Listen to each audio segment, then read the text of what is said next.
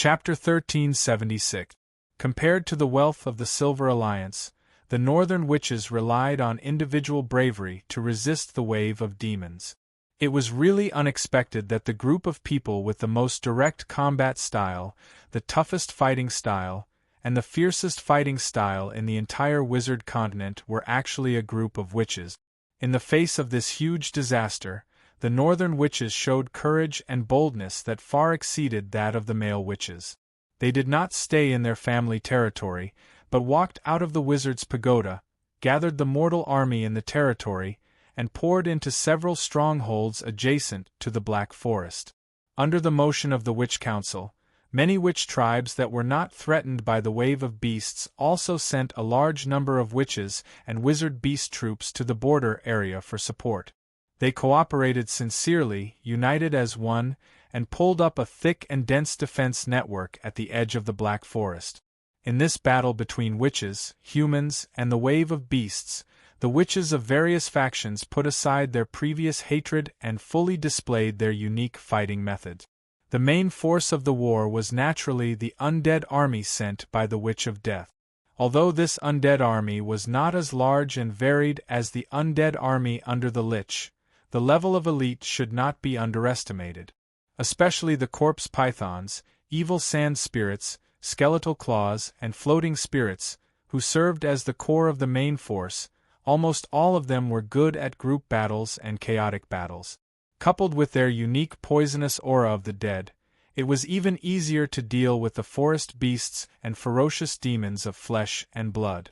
And with their sacrifice, the impact of the wave of beasts was not so fierce.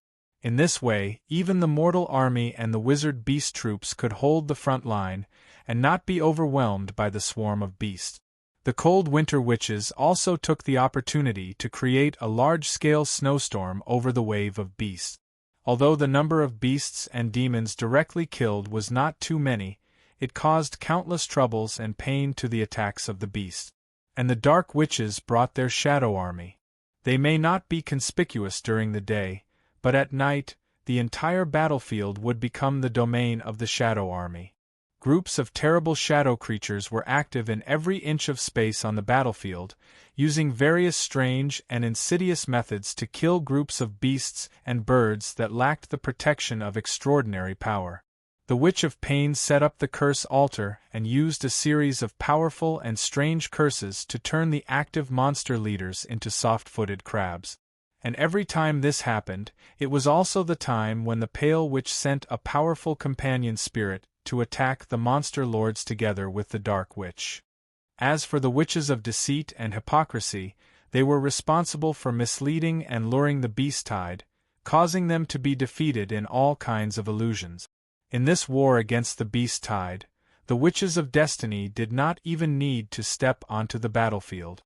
The greatest value of their existence was to predict where the next beast horde would appear, as well as the target of the attack and its possible scale. The border between the Northern Witch territory and the Black Forest was long and rugged. Without the guidance of the Fate Witches, even if the Northern Witches came out in full force, it would be impossible to defend the line of defense so well. Once any of the borders were breached, what awaited the people of the North was a brutal massacre. Ordinary people did not have the slightest ability to fight back against the beast tide. Once the beast tide rushed into the human settlement, the terrible consequences would make anyone break out in cold sweat and shudder. The Crimson family had an enclave in the White Tower area in the north. Although it belonged to the Fate Witches in name, the actual control was in the hands of the Crimson Magnate, led by Merrill.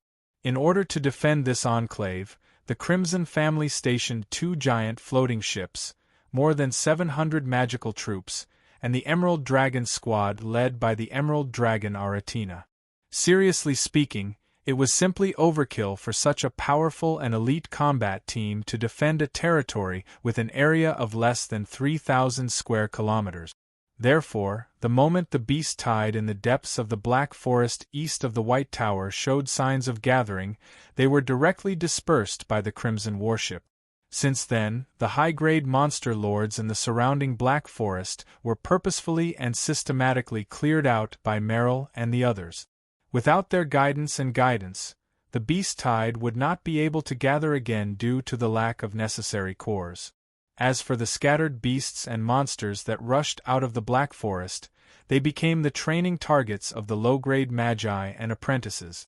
Compared to the tension and killing in the north, the area around the White Tower was a rare piece of pure land. As if sensing the decisive role of the giant floating ships in a large-scale battle, the higher-ups of the Witch of Death, Thuna, and the Witch of Darkness, Circe, took the initiative to contact Meryl in the White Tower. After a round of bargaining, the Crimson family sent out 2 giant floating ships and more than 400 magical troops in the name of conscription. They were mainly responsible for transporting the Northern Witches' wizard beast troops and various supplies, materials, and resources. They did not actually participate in the battle in the north. Even so, the addition of these 2 aerial behemoths caused the entire North's battle situation to change abruptly. They had originally been on the defensive, but now they were taking the initiative to attack. One by one, the gathering points of the demon tide were destroyed by the Northern Witches' fierce attack. The monster lords were assassinated in their nests, and the land returned to peace with the arrival of the giant floating ships. It had to be said that the giant floating ships built by the Crimson family were like heavy war fortresses that could float and move at will. Apart from the fact that its defense was slightly weaker than a real wizard tower, in other aspects, the giant floating ships were close to perfection. Therefore, after a few battles with the giant floating ships, all the Northern Witches were deeply interested in this silver fortress that could fly high in the sky. The Northern Witches were not a bunch of barbarian women. Their attainments in witchcraft and high-grade knowledge had also reached the peak. They were naturally full of curiosity about the magic system of the giant floating ship. With the knowledge, abilities, and resource reserves of the Northern Witches, it was not difficult to build such a giant metal ship. However, the difficult part was to move such a huge object. The magical energy consumed at every moment was extremely shocking. If the giant floating ships did not have external energy and relied on burning magic crystals to move them, it would probably burn an entire magic crystal mountain in a month. Therefore, the knowledgeable Northern Witches paid special attention to the power core of the giant floating ship. Finally, through various witchcraft methods, they discovered the existence of the magic furnace.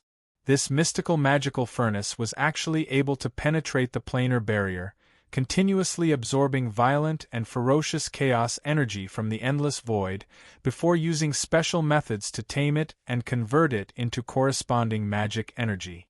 This kind of technology and knowledge was obviously more profound and mysterious than the elemental altar of the Wizard Tower. It would not be an exaggeration to say that the ability and means to create the magical furnace was far more valuable than these giant airships. At this point, those who had looked down on legendary fire wizards in the past had finally corrected their attitudes and realized that Grimm was indeed a terrifying and talented genius wizard.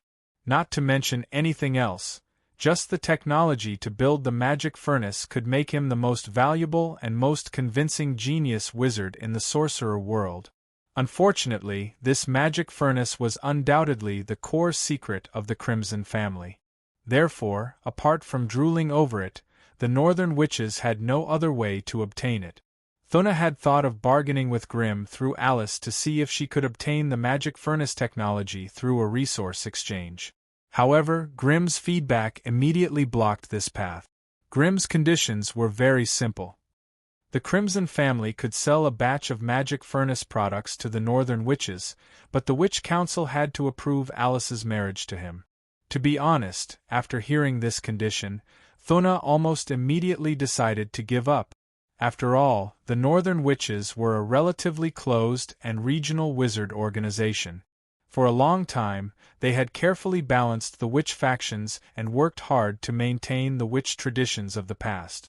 Letting Alice, the leader of the Witches of Destiny, marry Grimm was undoubtedly a challenge to the ruling position of the Northern Witches. This was something they would never agree to. However, if they could reverse the situation and let the legendary fire wizard Grimm marry into the Tower of Destiny and become a vassal of the Northern Witches, they would welcome it with open arms and legs. Unfortunately, with Grimm's current status, this idea was simply not feasible. The Northern Witches were revered, while the Central Continent was revered by the strong. Once a powerful being like Grimm lowered his status and became a vassal of the Northern Witches, his power to unify the entire Central Continent would be gone. The popularity that Grimm had painstakingly accumulated would vanish in an instant, and the Crimson family would become a target of suspicion and resistance from the Central Continent.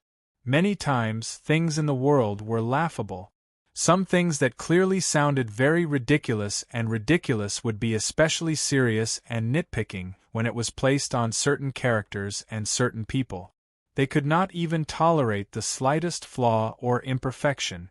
Therefore, not just the Northern Witches, even in the Central Continent and the Crimson family, there were many voices of resistance and opposition to the union of Grimm and Alice. The union of two great forces would even affect the growth and decline of the Sorcerer Continent. Such a huge matter could not be left up to the two and the forces behind them to be careless. After all, the Northern Witches were a totalitarian organization built around the Witch King. Any attempt to challenge the ruling position of the witches would be unanimously opposed by all the witches. Chapter 1377.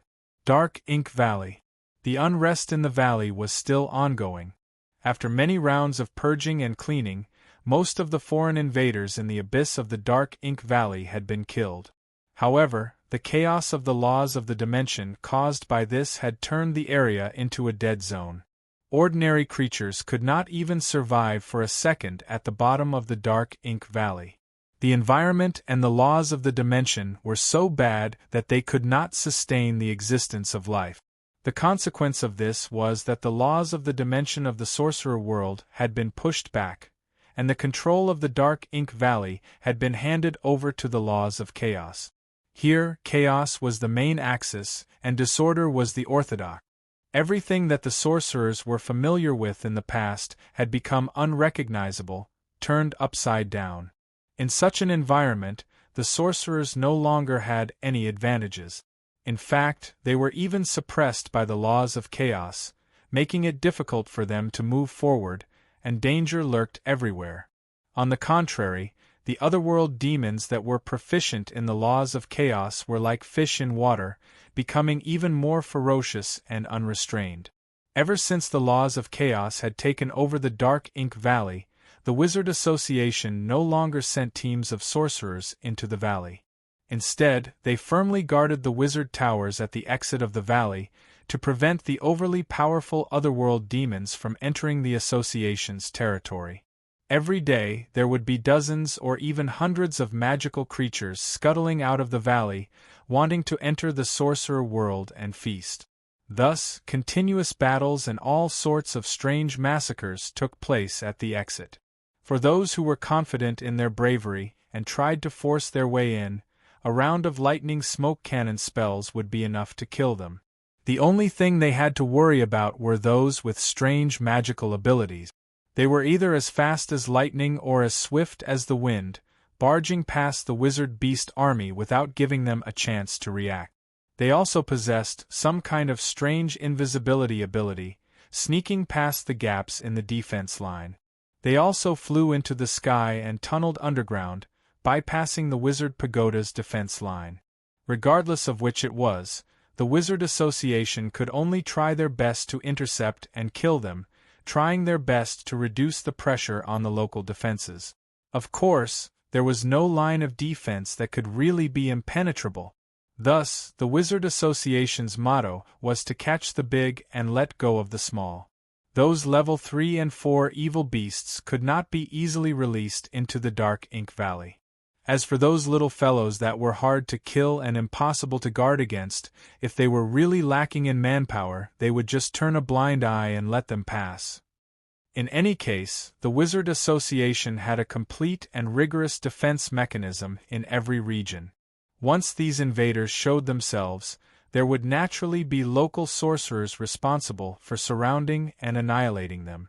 As for the citizens and financial losses they caused before they were killed, it was one of the unavoidable costs of facing the great mana tide. After all, this was a demon tide that only appeared once in 10,000 years.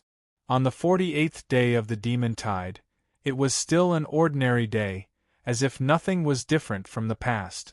Sagili sat within the main control wizard formation of the War Wizard Pagoda, number 107 as usual, using the dense and mysterious wizard formations around him to control all the movements at the exit of the dark ink valley not far away. Life Detection Wizard Formation, Elemental Detection Wizard Formation, Heat Detection Wizard Formation, Alert Wizard Formation, Motion Detection Wizard Formation. A large number of mysterious wizard formations with dozens of different modes and different detection methods were silently operating, constantly scanning and sensing the movements near the exit. Suddenly, one of the dozens of wizard formations operating continuously in front of him suddenly flickered, and a blinding red light lit up within. It's the Earth Amplitude Oscillation Wizard Formation with the furthest detection range. Sagili swept his gaze across, and could not help but mutter to himself, could something have happened at the bottom of the valley? As he daydreamed, he pressed the third communication crystal button on his left. Mars, there's movement at the bottom of the valley. Use the wizard eye to check. Yes. The order was quickly transmitted to a secret wizard room on the third level of the War Wizard Pagoda. Here, the level 1 wizard Mars hurriedly climbed out of his simple bed, and stood straight in the center of the complicated wizard formation carved on the floor. As he chanted an incantation, a wizard eye the size of a human head appeared around the War Wizard Pagoda number 107. Under the control of his consciousness, it tore through the thick fog and flew toward the entrance at the bottom of the valley. The fog in the magical water mirror shook continuously, and with the arrival of the wizard eye, it silently parted to two sides, revealing the terrifying scene behind it. The ground was littered with corpses and the remains of various ferocious and terrifying magical beasts piled up together, forming a bloody path that led straight to the bottom of the black ink valley. The air was filled with a thick stench of blood, and the mournful wails of souls lingered in the air. The wizard eye tore through the fog, following the bloody path all the way down, silently flying toward the depths of the valley. At first, everything in the mirror was still very clear, and the detection range was as high as 100 meters. But as he gradually descended to the bottom of the valley, the aura of the laws of the dimension became thinner and more distorted. The scenes in the mirror also became more and more blurry, and the range of his senses was also reduced to a radius of 10 meters around the wizard eye. The corpses of the magical beasts he saw along the way were also getting more and more violent. This was evident from the size of their skeletons and the ferociousness of their corpses. But just as the wizard eye floated 8 meters above the ground and slowly flew toward the bottom of the valley, the entire valley, including the walls on both sides, began to tremble rhythmically. Dong, dong, dong, it was as if there was a peerless ferocious beast slowly climbing up the valley, and the entire valley was trembling because of its every move.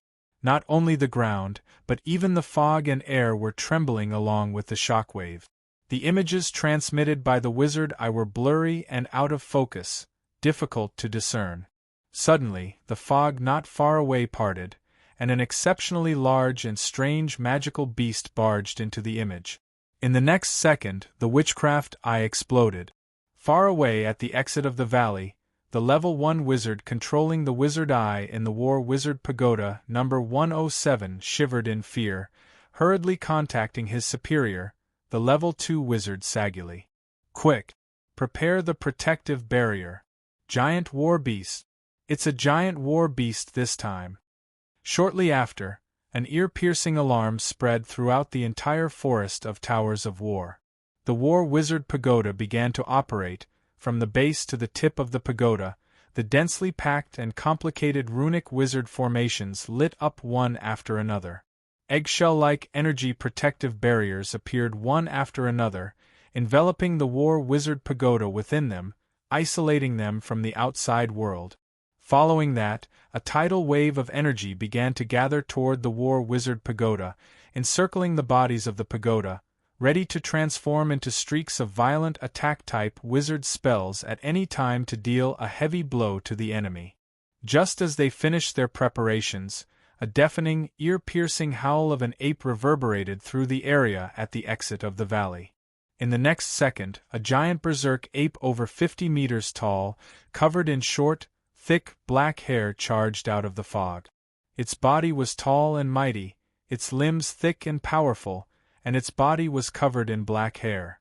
On its ferocious and terrifying face, a pair of scarlet, blood-red eyes were like searchlights, fiercely scanning the surroundings. A low, muffled, thunder-like roar came from its slightly open fangs, and 2 thick puffs of white smoke came out of its nostrils as it huffed and puffed. Level 4. This was a level 4 giant berserk ape. Almost at the instant that it saw the identity of the other party, bolts of violent lightning had already streaked across the sky, striking toward it. The giant berserk ape's gaze turned ferocious, its hands hugging its head as it crouched down. Balls of brown smoke formed around its body, quickly concealing itself. In the next second, the entire battlefield was engulfed in blinding lightning. Thunder rumbled, lightning crackled. The center of the battlefield was engulfed by a ball of white lightning storm. Countless water droplet-shaped lightning balls flew in all directions, creating a series of crackling explosions wherever they landed. The entire battlefield was instantly filled with the smell of flesh and blood being scorched by lightning. The wild lightning storm lasted for more than 10 seconds before it gradually subsided. After the white light had completely dissipated, the gigantic charred mountain of flesh in the center of the battlefield was revealed. Finally, the mountain of flesh moved slightly. Large balls of charred and withered flesh fell from the mountain of flesh, as if there was a black rain falling on the battlefield. Suddenly, on the charred mountain of flesh, a pair of blood-red eyes the size of a millstone opened abruptly, its ferocious gaze staring straight at the war wizard pagoda number 107 that was closest to it. The power of the attack is still not enough.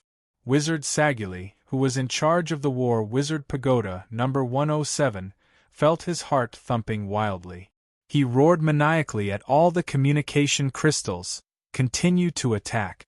Continue to attack. Within his field of vision, the 12 war wizard pagoda once again started to gather energy with difficulty, bolts of dazzling lightning flickering on the surface of the pagoda. Clearly, if they were given another 7 to 8 seconds to prepare, the next round of lightning attacks would descend from the sky, drowning the terrifying enemy in the terrifying waves of lightning. Unfortunately, the giant berserk ape obviously would not give them this chance. With an earth-shattering roar, the giant berserk ape's body shook violently, shaking off the charred flesh on the surface of its body. Completely disregarding its terrifying injuries, it pounced toward the war wizard pagoda number 107 like a mad tiger. If the giant berserk ape were to stand up like a human, the 27-meter-tall war wizard pagoda would only reach the height of its navel. It launched a ruthless attack without any regard for its own life. Its giant, meteorite-like fist brought with it a whistling wind as it directly shattered the energy barrier outside the war wizard pagoda, its fist landing fiercely on the center of the pagoda. A terrifying, loud crack could be heard. The war wizard pagoda number 107 was actually broken in half, broken by a single punch. The upper half of the pagoda flew a few hundred meters away with a whoosh, rolling all the way and disappearing without a trace. The remaining lower half of the pagoda was a mess, a series of explosions from the wizard formations lingering in the ears. Those with sharp eyes could still see the panicked human wizards in the wizard's secret room that only had half of the pagoda left. They lifted their heads in fear to look at the ferocious giant ape, all of them taking out wizard scrolls, wanting to escape to the other war wizard pagoda. Within the wizard pagoda's space, rays of dazzling teleportation light appeared one after another. However, there were always a few people who were too slow. By the time they sensed that the atmosphere was not right and took out their escape scrolls to escape, the world in front of them suddenly turned dark. The giant berserk ape's terrifying iron fist that covered the sky and covered the earth came crashing down once again. Thump! The remaining lower half of the war wizard pagoda was smashed into pieces along with the base of the pagoda. Chapter 1378. The power of a level 4 creature was indeed not something that could be dealt with using ordinary methods. Even though the bloodline of the berserk giant ape's main body was not very noble, the terrifying power it could unleash once it advanced to level 4 was enough to kill all enemies in the mortal world who dared to oppose it. Even a real wizard's pagoda would find it hard to defend against such a powerful creature, much less a simplified version of the war wizard's pagoda. Hence, the moment the berserk giant ape revealed its true form, a small war wizard's pagoda immediately became a sacrificial offering for it to establish its might. This was not the end. The ferocious-looking berserk giant ape, whose fur was charred black, grabbed a 5-meter-wide piece of the broken wall of the tower and smashed it toward another war wizard tower nearby. Its main body hammered its chest a few times before turning around and pouncing toward the third war wizard's pagoda. Attack! Attack! Use your most powerful wizard spells. Release the wizard beasts. Use the wizard beasts to hold it back. The berserk giant ape's outburst scared the wizards in charge of the war wizard's pagoda until their faces turned ashen. They shouted maniacally as they secretly touched the escape scrolls they kept close to their bodies. The teleportation waymarks had already been set up in advance. At the critical moment, they could instantly bring them to the wizard tower behind them by activating the escape scrolls. This was also the only reason they dared to station themselves in the war wizard's pagoda. Bolts of lightning once again descended from the sky, striking the berserk giant ape until it stumbled. The hair on its body stood up, and large charred marks appeared on its back and shoulders. But even such a powerful wizard spell could not kill it. In fact, it was difficult to even slow its movement. The berserk giant ape picked up a giant stone slab from the ground and raised it high above its head, blocking the bolts of lightning that were striking it. It then charged toward the nearest few war wizards' pagoda with large strides. Punching, kicking, and ramming. What kind of war wizard's pagoda would be able to withstand the gentle attacks of a 50-meter-tall berserk giant ape? One after another, the war wizard pagodas were smashed and destroyed by the berserk giant apes as if they were sugar canes. The association's wizards inside were either killed or fled, and the casualties were grave. The attacks of the war wizard pagoda had also inflicted heavy injuries on the berserk giant ape, but these injuries were obviously not enough to stop its actions. Instead, they stimulated its ferocious nature, causing its every move to become crazier and wilder. Seeing a nightmarish Class 4 dire beast wreaking havoc in the War Tower forest, the Association's wizards were infuriated. Under their urging with all their might, a series of swift and violent spells bombarded the giant ape from all directions at an unprecedented speed. The giant ape screamed miserably again and again, and its ferocious might became even stronger. In less than a quarter of an hour, 8 wizard towers of war had been destroyed by the berserk giant ape. The resulting loss of wizards made the level 4 bloodline wizard Neve, who was in charge of wizard tower number 3, furious. Of course, as a human wizard, going out to fight an irrational beast head-on was obviously not in line with the calm and wise demeanor of a wizard. Hence, the sky above wizard tower number 3 flickered. With a massive amount of magical energy as the base and her own bloodline power as the guide, a terrifying giant snake that was 30 meters long, covered in strange dark green scales, appeared. This was a bloodline projection that Neve had created with the help of the tower's power. It possessed a terrifying power that was more than 2 times that of her main body.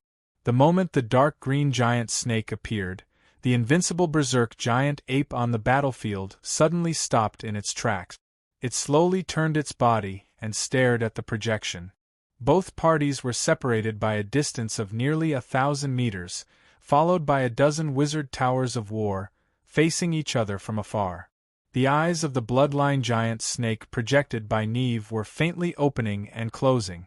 Several strange dark green spots of light floated at the edge of the strange purple pupils. The giant snake flicked its long and thin forked tongue. Amidst the hissing sound, a chilling and terrifying aura instantly spread across the battlefield. This giant snake clearly possessed a terrifying poisonous ability. Once bitten by it, no antidote would work under the effects of the strange law of poison. The only thing that could defend against the power of the poison was an individual's poison resistance and resilience of life.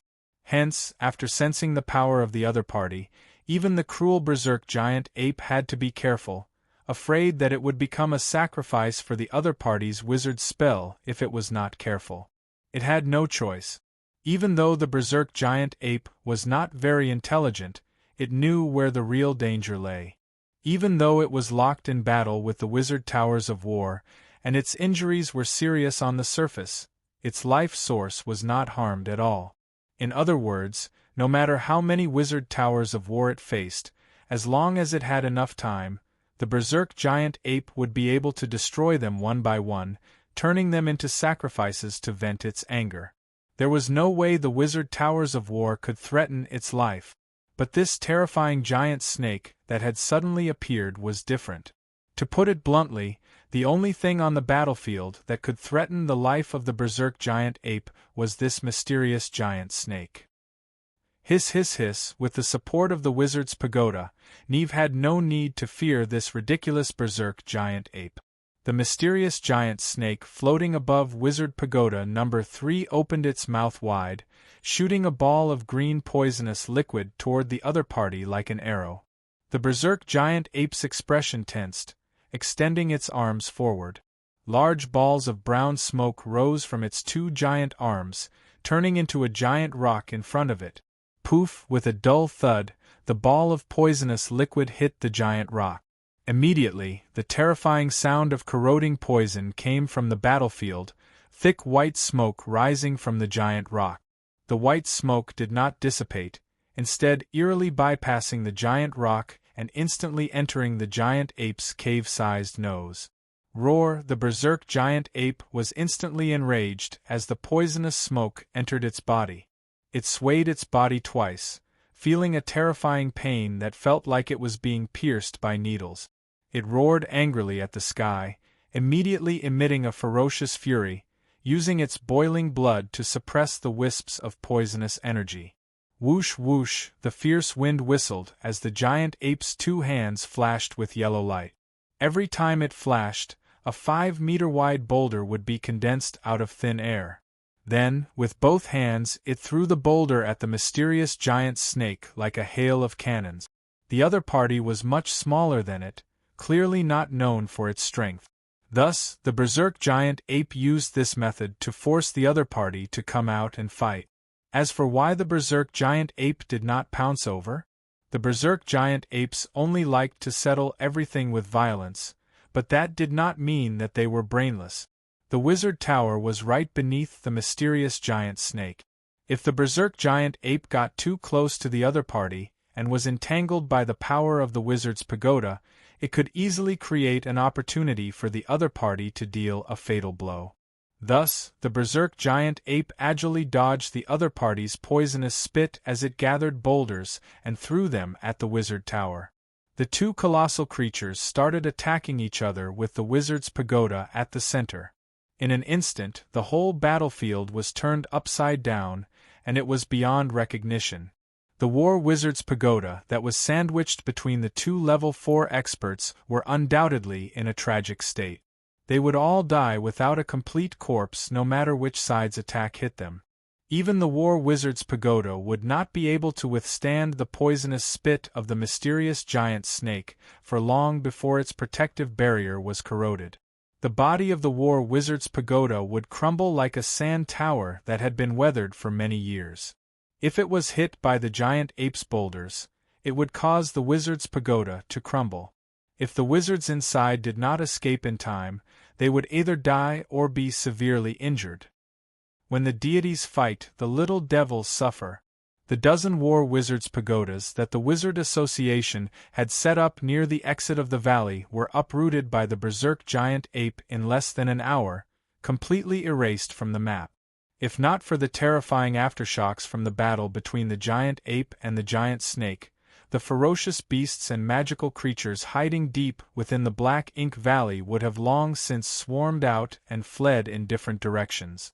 Even though the mysterious giant snake that Neve's projection had transformed into had alarming offensive capabilities, it was hard for it to deal with the berserk giant ape that had thick skin, exuberant life force, and immense strength. If not for the protection of the wizard's pagoda, the mysterious giant snake might have been torn apart by the giant ape in less than an hour, turning into a ball of chaotic magical energy. Of course, if Neve was willing to risk her life and fight, there was a high chance that she could poison the giant ape to death under the pagoda at the cost of serious injuries. But the losses would be the association's, and her life would be hers. Nifu could clearly distinguish which was more important. Finally, after fighting for some time, Neve became a little angry. She silently sent a message to the faraway Wizard's Pagoda No. 2. "Help me out, Olivier." A moment later, a familiar mental ripple sounded in her mind. "I thought you wouldn't need my help. I'll help you control it, attack with all your might." In the next second, a powerful and strange witchcraft power descended from the sky and instantly enveloped the giant berserk ape. As if it had suddenly fallen into a terrifying quagmire, the berserk giant ape's every movement suddenly became sluggish. It raised its right hand, wanting to throw the giant rock in its hand at the giant snake, but its entire body and arms seemed to be bound by invisible chains. Every movement it made was difficult and heavy. Gravity ring of light. And it was a gravity ring of light that was 100 times more powerful. Seizing this opportunity, the mysterious giant snake shot out like a lightning snake, instantly using its thick and long snake tail to entangle the giant ape tightly. The triangular head of the giant snake was raised high, biting down on the giant ape's neck. Roar! The berserk giant ape raised its head and let out a long cry of pain, desperately beating and pulling at the slippery body of the snake. Yellow smoke surged out of its body, desperately entering the body of the snake. Even though the mysterious giant snake was only a bloodline projection of Neve, a large portion of her consciousness was stored within it. Thus, all the damage suffered by the giant snake was fed back to the snake woman Neve within the wizard's pagoda. The snake woman Neve was also in excruciating pain, but she still gritted her teeth and endured the pain, using all her strength to channel the terrifying poisonous energy into the giant ape's body. Chapter 1379. The appearance of the Type 4 Berserk Ape was like a warning signal. From then on, the invasion of the sorcerer world by creatures from other planes gradually escalated, gradually slipping to the edge of losing control. However, with the power of the sorcerer civilization, dealing with these scattered invaders was not a problem. If they only wanted to sneak into the sorcerer world and plunder some rare resources that were not available in the outside world, there was a high chance that they would succeed. After all, the size of the sorcerer world was too large. It would be extremely difficult to defend such a vast area so that not even a drop of water could leak in. Therefore, as long as the invaders kept a low profile and possessed some powerful and strange abilities, they would not be able to escape. In that case, the native sorcerers of the sorcerer world wouldn't have to fight to the death with such a powerhouse from another plane. Most of the time, as long as the other party didn't go too far, he would turn a blind eye to it. However, the sporadic stowaways could be ignored. However, the large-scale, organized races from other planes that wanted to take root and colonize the Magus world were absolutely intolerable no matter which Magus organization. Ever since the outbreak of the Magic Tide, these powerful wizard organizations in the Sorcerer continent had encountered large-scale invasions of otherworld creatures. Everywhere they fought, they were inextricably entangled, and all of them were extremely busy. Out of all the sorcerer organizations, The Sorcerer Association was probably the most unfortunate. Their spatial rift was the largest, and the otherworld forces that could barge in were also the most powerful. Thus, they attracted the most troublesome calamity creatures. It was rumored that 3 well-known disaster lords had set their eyes on the spatial crevice at the same time, and they had even built a dimensional gate to force high-level fierce beasts they had enslaved to attack the Association's wizard pagoda. Even more powerful calamity creatures were entrenched at the bottom of Ink Abyss Valley. They gathered in groups to break through the defensive line of the Association in one fell swoop, and barged into the Magus world to plunder without restraint. Judging from all the signs, the situation of the Wizard Association was not looking good. If the number 1 sorcerer organization in the sorcerer world was in such a state, then the other sorcerer organizations would be even worse off. Not to mention anything else, just the central continent was in trouble. If the Sorcerer Association was invaded by calamities, then the central continent was also in trouble. It was invaded by demons. The Abyss world was undoubtedly a much larger and more terrifying civilization system than the Sorcerer world. There was no end to it, and it was a suffocating and terrifying place. The environment there was harsh, and it was a dangerous place where no life could enter. There was no morality or ethics there. It was a bloody place where endless killings took place. There was no friendship, family, or love there. It was an evil place with only betrayal, killing, and destruction. That place was known as the bowel of the world, also known as the lower plane. It was also the place where the entire multiverse settled and excreted garbage and waste. If the multiverse was viewed as a living being, the endless years of growth would have allowed its body to accumulate and congregate unimaginably profound toxins. These toxins gathered together and settled over the years, forming the current abyssal plane. It could be said that all the negative, evil, and chaotic filth in the multiverse had gathered in the abyss. Over time, although that place was barren and desolate, it also gave birth to an extremely strange magical creature. They were abyssal demons. Although the abyssal plane was vast, it was extremely barren in resources. The demons born there were constantly killing for the few resources, using the flesh and blood they plundered to maintain their lives, and using the energy they plundered to strengthen themselves. They grew through killing, strengthened through killing, and stepped onto the path of plane conquest step by step. After the abyssal demons grew, the barren resources there were no longer enough to support their continued evolution. For themselves and the abyssal plane, they attacked and killed everywhere, searching for any weak beings that could invade and plunder.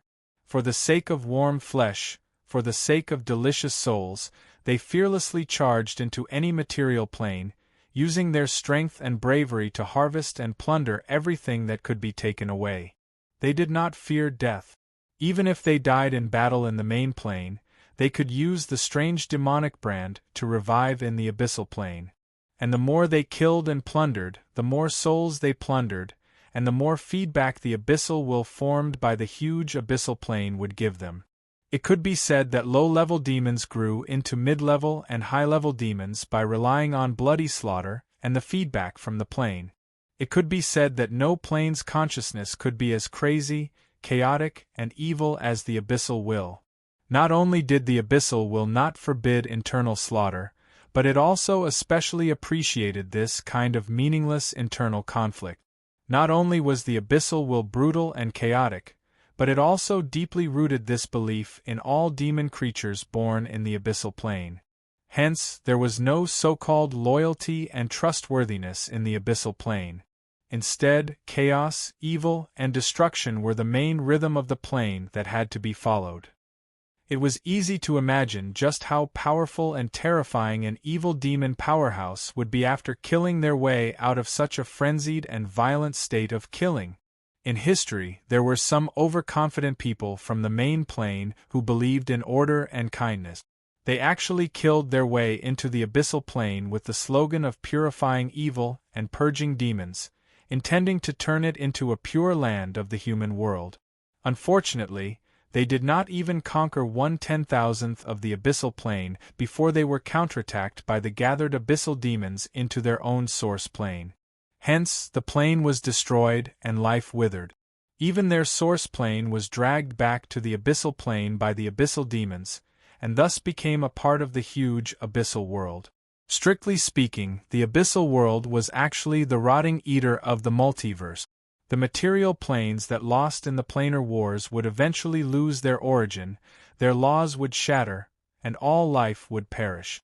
The remains of the planes would drift and sink in the Stellaris until they fused with the abyssal realm, becoming abandoned objects in the world intestine. Therefore, the existence of the abyssal world was a necessity for the multiverse. However, once the abyssal world expanded too much, it would instead corrode the healthy development of the multiverse. Therefore, based on various theoretical studies, the ancient magi of the past had proposed some novel ideas, believing that the great mana tide that occurred once every 10,000 years was a spontaneous self-purification activity of the multiverse. There were too many toxins and viruses accumulated in the body, and so a great mana tide would come at the right time. It would incite cosmic tumors such as the abyssal world and the calamity world to collide and clash with the main material plane, thereby borrowing the power of various major plane civilizations to dispel or limit the tumor's development. It must be said that such theories were acknowledged by most magi. At least, the Magus world's records of the development of the multiverse did indeed operate according to this law. However, everything in the past could only be learned from books, but everything now required one to use one's life and courage to experience. Because the demons had really come. The great spatial rift. This place that had brought endless wealth and glory to the Arden family had now become a nightmare that they could not get rid of. Just like those calamity creatures, the greater demon lords of the abyss world had also set their sights on the sorcerer world, which was rich in resources and had a huge population. They could not wait to barge in and plunder without restraint. Although the Magus civilization was powerful, it was still several levels lower than the abyssal world. Fortunately, the individually stronger calamity creatures had set their eyes on the Ink Abyss Valley within the Magus Union's territory, wanting to use it as a transit point to invade the Magus continent. The weaker demons did not dare to compete with the calamity creatures, and could only turn around and attack the great spatial rift in the center. They set up a plane door in the abyssal plane, directly connecting it to the great spatial rift. They then drove an endless stream of low-level and mid-level demons into the Magus world, using their flesh and blood to pollute the plane's space, thus forming a chaotic domain near the great spatial rift. In this chaotic domain, the suppression of the abyssal demons had to endure from the plane was gone. If the native magi of the Magus world dared to show themselves, they would have to face a group of terrifying demons whose strength had not weakened in the slightest. In a tall wizard's pagoda less than 3,000 meters away from the great spatial rift, all the level 4 wizards had solemn expressions as they stared at the magical mirror in front of them. They were secretly shocked by what they saw. The magical mirror showed the scene around the great spatial rift. Over there, everything they were familiar with in the past had disappeared. The sky was dark red. Rolling waves of heat surged between the heavens and the earth, roasting people until they felt dizzy and confused. The ground was scorched and no soil or plants could be seen. The bedrock underneath was exposed. Countless cracks appeared on the ground, and scalding red magma gushed out of them, extending on the surface of the ground like a scorching fire snake.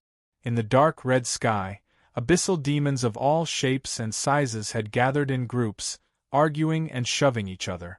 If not for the demon lords in front of the great spatial rift intimidating them with their violent auras, they might have started killing each other before the wizards could attack. As far as the eye could see, the terrifying figures of dark red demons could be seen everywhere. Among them, the most numerous were small demons. They had short, lean bodies about 1.2 meters tall, and fleshy scales glowed with a dark red luster. Other than that, they had sharp horns on their heads, fangs in their mouths, and a pair of fleshy wings on their backs that flapped non-stop, as well as a slender, hairless bony tail. They also held a small steel fork that flickered with an evil light in their hands. They were the lowest level of cannon fodder in the abyssal demon army, imps. Chapter 1380. Don't look down on the little evil demons, they were also quite strong. After all, the status of imps in the abyssal plane was equivalent to that of barefoot farmers in the wizard world. With the eyes of the wizards, they could naturally see that a little devil could easily slaughter a dozen barefoot farmers. The combat power it possessed was already comparable to that of an intermediate sorcerer apprentice. Although there were many wizard apprentices in the wizard world, they were not as numerous as the imps in the abyssal plane. Therefore, in terms of power, the abyssal plane was far superior to the wizard world. This power was not only reflected in the individual combat power of the basic units, but also in all aspects of the civilization. Andrews of the Arden family had no choice but to send out a request for reinforcements in the face of the invasion of several level 5 and 6 demon lords from the abyssal plane. He summoned all the wizards in the central continent to help him defend against the invasion of the demons. Other than the few level 4 wizards from the Crimson family, more than half of the 13 level 4 wizards from the central continent had arrived. They stood in the headquarters of the Arden family in the Wizard's Pagoda, silently observing the situation at the spatial fissure. They felt an indescribable sense of relief. Fortunately, the spatial fissure was located in the territory of the Arden family. If they were in their own family's territory, they would probably be in the same state as Andrews, worrying about the demons. Beat them back? To be honest, all of the level 4 wizards had the same idea before coming here. They wanted to gather the power of the central continent and beat the insolent abyssal demons back to their homeland. However, after seeing the real situation, they had no choice but to lower their expectations. They only hoped that the demons could be confined to the vicinity of the spatial fissure and not invade other territories. What made them change their minds was the terrifying number and strength of the abyssal demons. At this moment, there were a total of 5 Tier 4 demons standing guard near the spatial tear. There was a quaset with rough skin and a fat body that looked like a skinned toad. There was a succubus with an enchanting body and a hot body, a tall, slender, high-ranked flame demon that was constantly surrounded by leaping fireballs. It was an especially tall and muscular berserker demon, who was surrounded by a strange yellowish-green stench, a tall female 6-armed naga with 3 pairs of arms and a snake's tail. Beside them were groups of middle and high-rank demons. Looking at their imposing auras and brandishing claws, all of them were terrifying demons that were proficient in chaotic battles and slaughter. This was the disadvantage of fighting with demons. As long as they were mid-level or high-level demons, they would be proficient in precise teleportation. In this way, there was no distinction between the front and the rear. As long as the battle started, the middle and high-level demons would rely on their dual cultivation of magic and martial arts to travel everywhere. If they were not careful, they could easily be killed by them. Thus, even if the level 4 wizards in front of them far outnumbered the abyssal demons, if they were to really fight, the outcome of the battle would be decided in an instant without the protection of the wizard's pagoda. "When will Lord Grimm arrive?" Declan asked in a low voice. Hearing this question, all the Tier 4 magi pricked up their ears and turned to look at Andrews. Although they had come here at his invitation, it did not mean that they had to serve the Arden family. After all, there was a risk of dying when fighting against the abyssal demons. If there were 1 or 2 super powerhouses here, they would feel much more at ease. After all, they were old buddies in the central continent. If Andrews really collapsed here, the entire central continent would have to bear the brunt of the abyssal demons' attack. With this awareness, as long as the danger could be controlled to an acceptable level, everyone was willing to contribute some of their strength. Of course, they had to have someone at the front to fight. In the past, they might have felt indignant that Grimm had become the #1 wizard in the central continent and had wanted to fight him to the end. But now, seeing the difficult situation the central continent was facing, they felt a sense of relief. They felt lucky that they were not the ones in that position. Otherwise, faced with such a situation, he would probably be as helpless as everyone else present. Andrews scanned the faces of the people coldly and said, "I've sent a message about the situation here, but I haven't received a reply yet." But, after a moment of hesitation, he continued, "Lord Mary has been here for more than a month, and she has severely injured 2 demon lords. Otherwise, they would not have been so obedient." What about Monash? Where was Lord Gaia?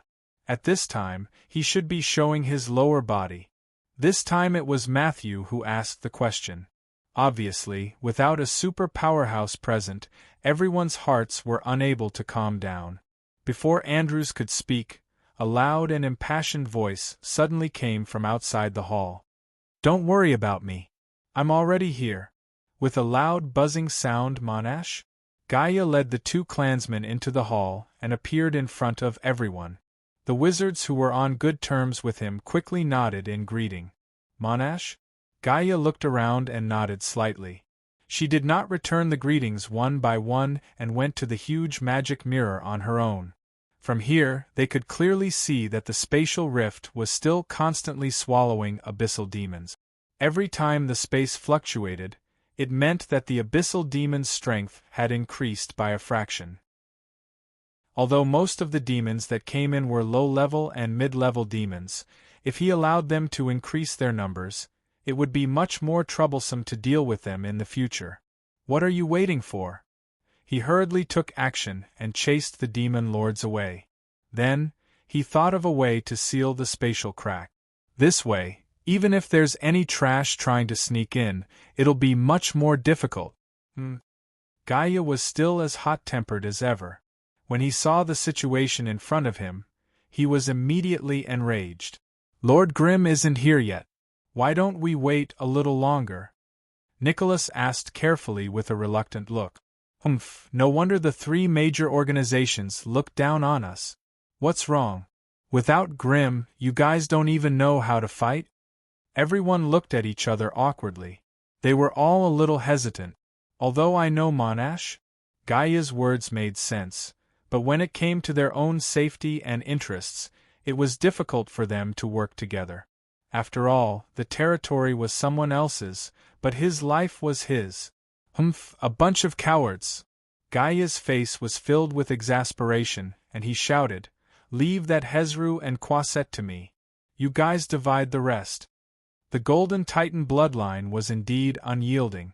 Monash immediately took on the 2 strongest demon overlords as soon as he opened his mouth. This time, everyone was speechless. Andrews's face was filled with joy, and he shouted, "I'll take that Balru." Fighting a grade 4 Balru alone was a terrifying challenge for Andrews, but the demon disaster happened in his family's territory. If he didn't fight with his life on the line, these slippery fellows before him wouldn't do anything. Hence, even though it was dangerous, there was no room for regret or retreat. "Leave that 6-armed Naga to me." If it wasn't for her good luck, I would have taken her down long ago. Mary's crisp and gentle voice suddenly sounded in the hall. From her tone, it seemed like she was still dissatisfied with the previous battle.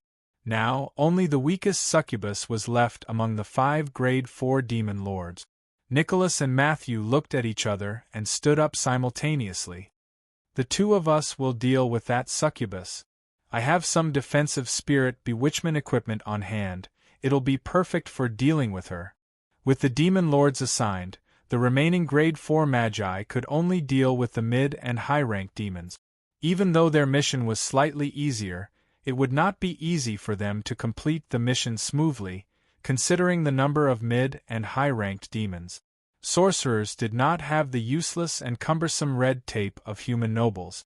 After deciding on their strategy, the group looked at each other and left the wizard hall in a flash. In the next second, human magi of all shapes and sizes appeared in the sky above the wizard pagoda of the Alden family. There was no need for greetings or scolding. The 5 tall demons standing in front of the spatial crack looked over at the same time, their burning gazes fixed on the human magi. A series of strange demonic hisses could be heard, and the numerous abyssal demons that filled the entire space began to clamor and roar. They spoke in the demonic language, their voices hoarse and unpleasant to the ears like the croaks of frogs. It was so noisy that it was unbearable. It had to be said that the demons were evil, filthy, and terrifying creatures. There were tens of thousands of abyssal demons gathered in front of them, and the foul smell of the abyss was so thick that it could choke a person to death. The will of the abyss that was seeping out of the spatial crack was also tangling with the consciousness of the sorcerer world, repelling each other. It was obvious that the consciousness of the sorcerer world could not fight against the powerful will of the abyss, and it was in a stage of retreating and resisting with all its might. The consciousness of the sorcerer world, within a radius of a few thousand meters around the spatial crack, had been repelled. Even the laws of the world and plane that had been constructed here had become fragmented and dilapidated. When the human magi lined up and stood at the front line to fight against the abyssal demons, a dense white light emanated from their bodies. With this white light, the massive and evil will of the abyss would not be able to inflict chaos and disorder on them. This way, they would not have to worry about being infected by the aura of the abyss.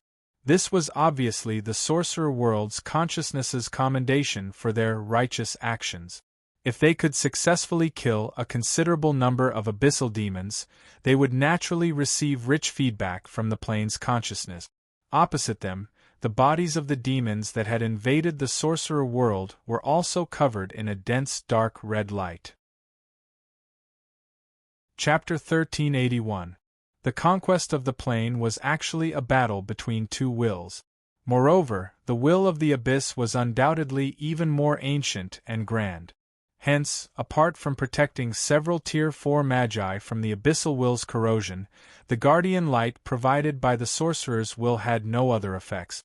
On the other side, the abyssal demons enjoyed an even more comprehensive blessing from the abyss. Apart from the slight increase in strength, agility, physique, and spirit, the thing that increased the most was the cruel and tyrannical killing intent. All the abyssal demons were emitting a dense dark red light, as if they had been enhanced by the bloodlust spell. Their combat power was almost doubled. This also increased the destructive power of the abyssal demons. "Let's fight." Gaia sighed inwardly. It was as if a golden sun had been stuffed into his body, emitting a dazzling golden light. Shrouded in the golden radiance, Monash Banshee's body was glowing brightly. Gaia's body rapidly expanded like a balloon. Then, a simple and old golden armor appeared on his body, covering most of his body, only exposing his left shoulder and left arm. Golden armor, golden leather skirt, golden boots, golden helmet. Monash, who had transformed into a golden titan? Gaia's entire body shone with a golden radiance. His body was 100 meters tall, and he immediately became the most eye-catching object on the entire battlefield. "Demon, get out of the sorcerer world! Otherwise—" He opened his mouth and let out a thunderous roar that sounded like a declaration of doomsday. "Monash?" Gaia raised his hands, and hundreds and thousands of dazzling lightning bolts descended from the sky, gathering between his palms. "Die." As soon as the word "die" came out of his mouth, Monash, Gaia pushed her hands forward, and a lightning waterfall that was as bright as a world engulfed the area occupied by the demons like a violent wave.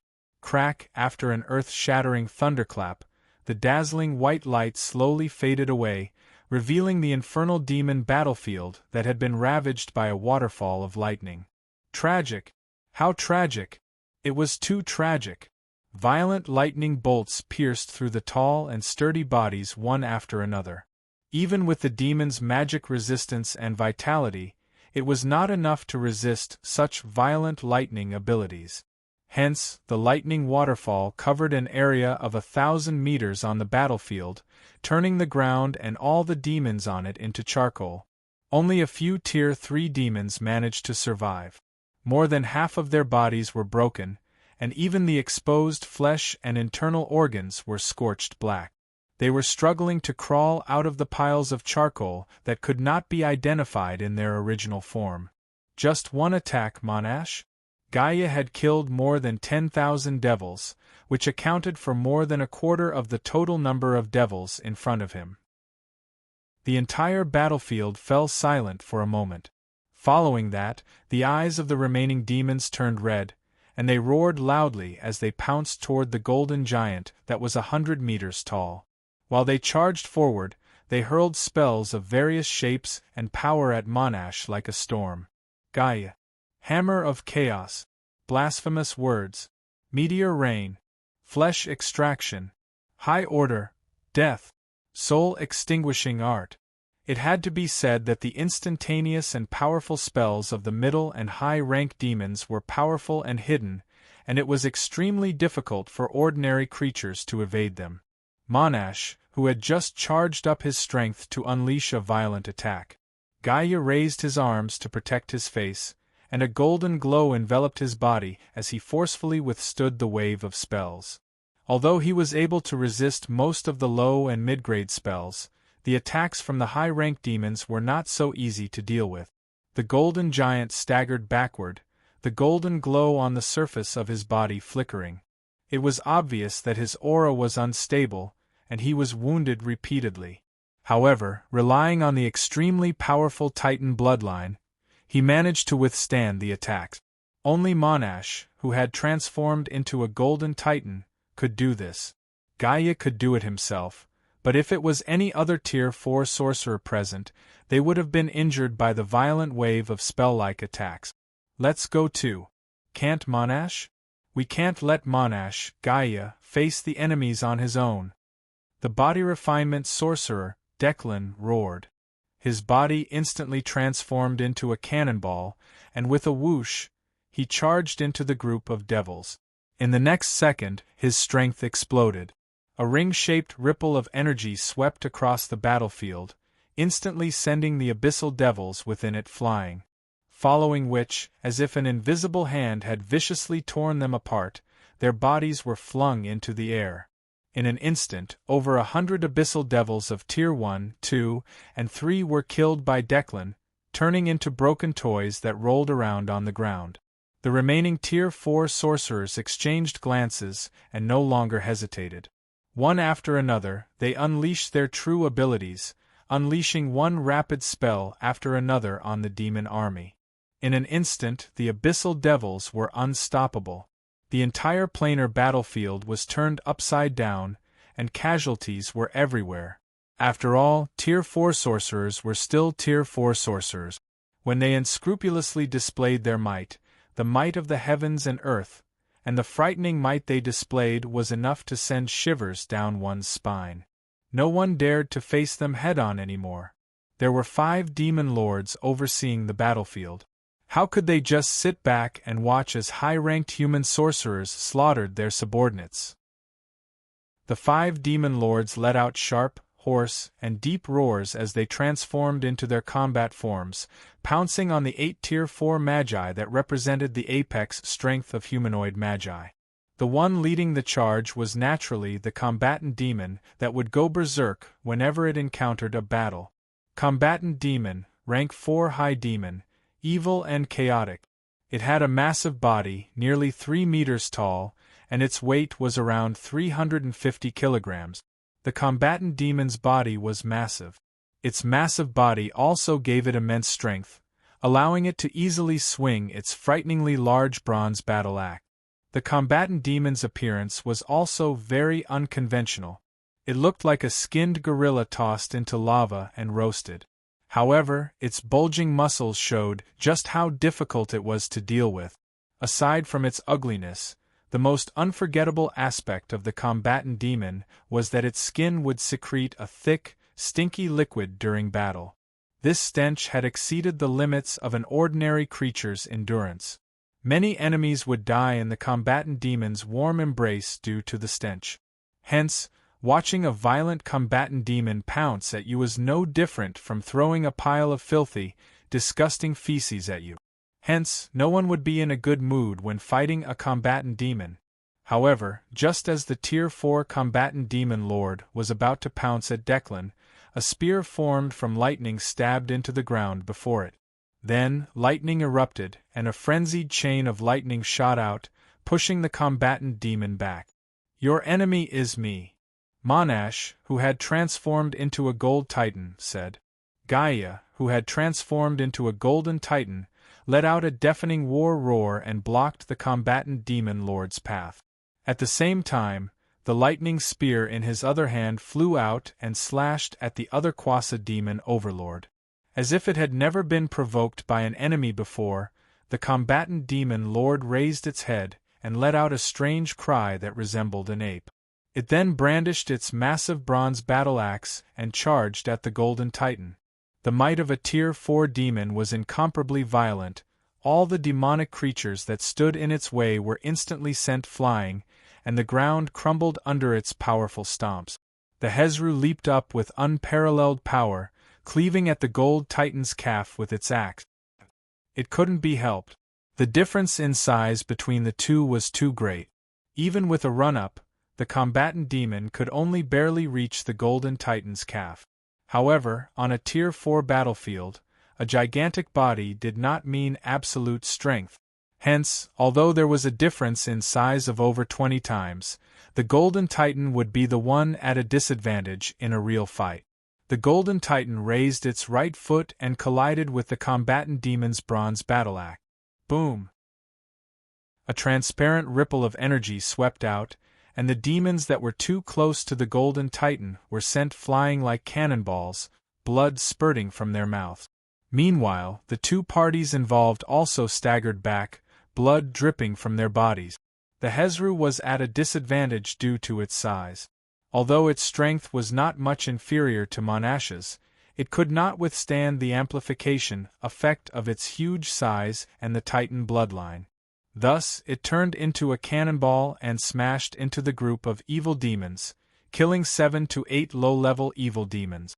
On the other hand, Monas Gaia, who had transformed into a golden titan, also stumbled a few steps back. There was a basin-sized hole in the tip of his right foot, and golden blood was flowing out. Monash's strong physique made Monash even stronger. Gaia was the first to recover. He stood up straight again and raised his hands. The violent power of thunder gathered in his palms and condensed into 2 lightning spears that twisted and struggled crazily. "Die, demon!" The next second, Monash! Gaia roared and waved his hands. 2 lightning spears turned into dazzling white light and blasted at the Hezru, who was struggling to get up.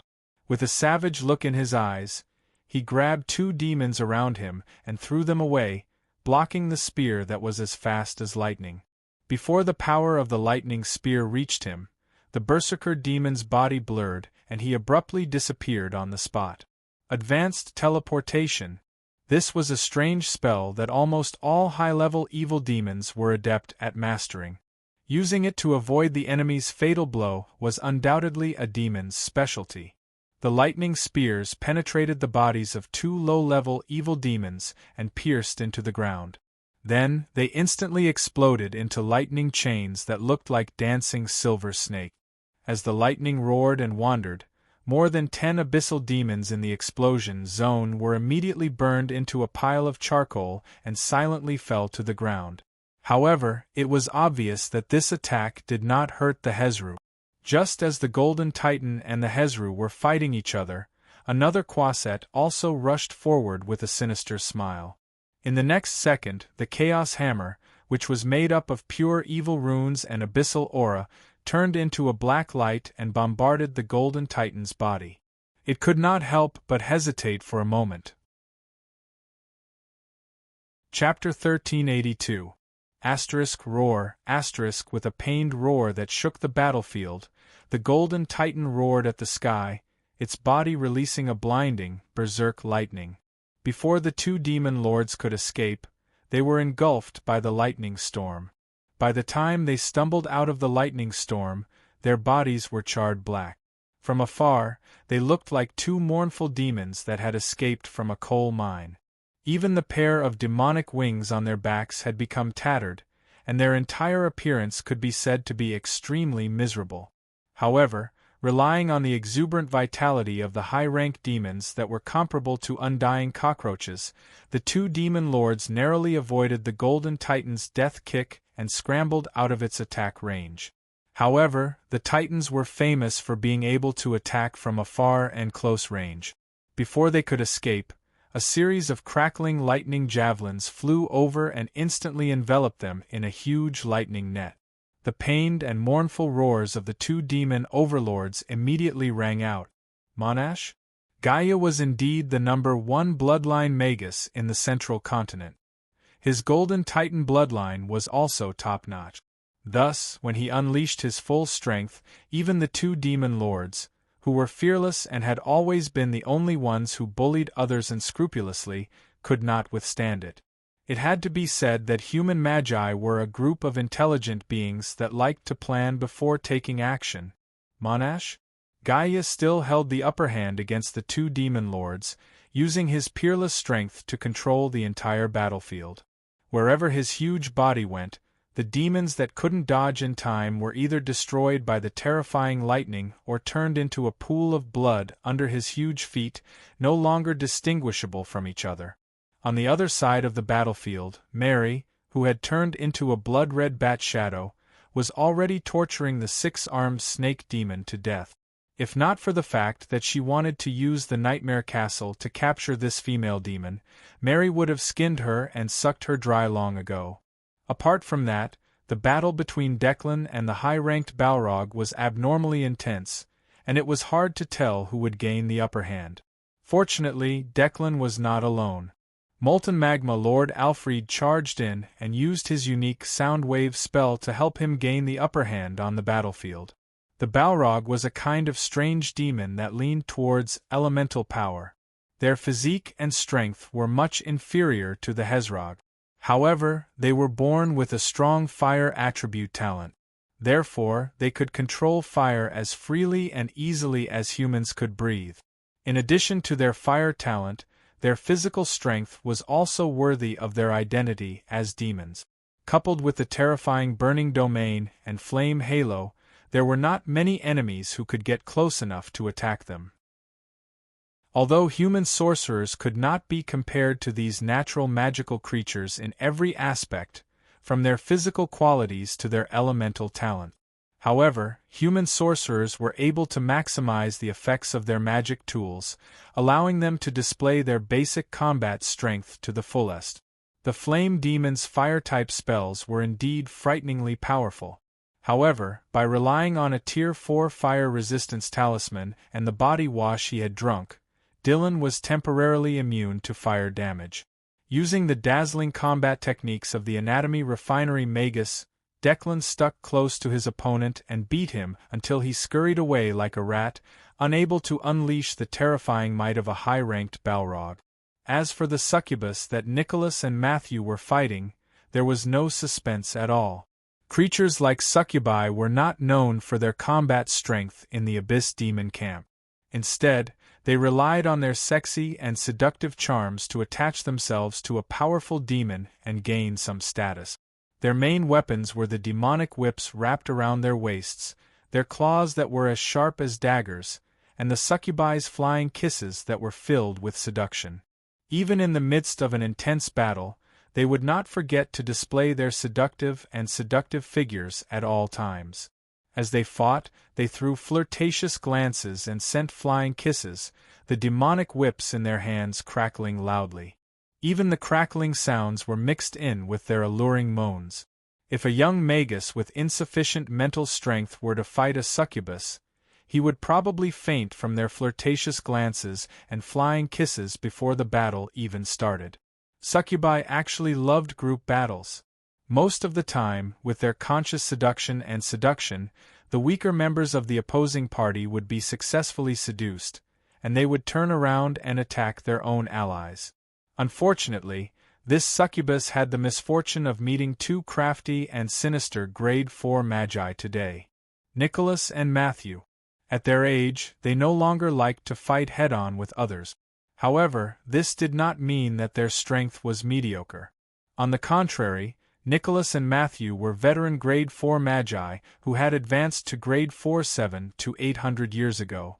Their ranks were not high, but the number of tricks they had up their sleeves left people speechless. The rotting worm parasite was a strange parasite that could cause the flesh and blood of a living being to rot rapidly. The separation dagger was a golden dagger that possessed a strange power. Severed limbs and flesh could not be healed through self-healing or spells. The heartbreak bell was a small metal bell that could shatter the heart of anyone who heard it and kill them. The cursed scepter could add a negative curse every 5 fingers after being stained with a drop of the enemy's blood. The curse's effect was random. Shadow Spike. Pierce a spike into the shadow below the target creature, temporarily immobilizing it. To be honest, there were so many magic tools that could truly deal fatal damage to the succubus. However, they all had strange abilities that were disgusting and troublesome. Hence, after being attacked by the 2 treacherous old magi for a while, the succubus overlord, who boasted of her beauty, was already riddled with scars and extremely furious. However, no matter how angry she was, no matter how much she wanted to fight the 2 old magi, they dodged her attacks and continued to torture her unhurriedly. As for the succubus' natural seduction, even if she twisted her waist and threw countless flirtatious glances and flying kisses, the 2 opposite her were like 2 impenetrable blockheads, not feeling anything at all. No, it wasn't that she didn't feel anything, but the 2 treacherous old magi's eyes flashed with greed that even the succubus overlord was somewhat afraid of, forcing her to retreat again and again. She didn't dare to continue fighting with the 2 of them. Such a one-sided beating clearly made the succubus overlord furious. Finally, she couldn't take it anymore and let out an ear-piercing scream. "Mary, you bastard, if you don't make a move, I'm going to die here today, Mary." Who was Mary? Although Nicholas and Matthew were somewhat curious, they didn't take the succubus words to heart. They knew that succubi were extremely good at seduction, and had even fused natural seduction into their postures, speech, and every movement of their limbs.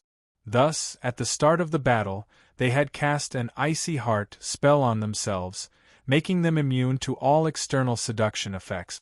However, their souls were still licentious and lustful, which was why they had revealed this strange appearance of being cold on the outside and warm on the inside. "Humph, you useless human, you can't even seduce an old human wizard. Now watch me."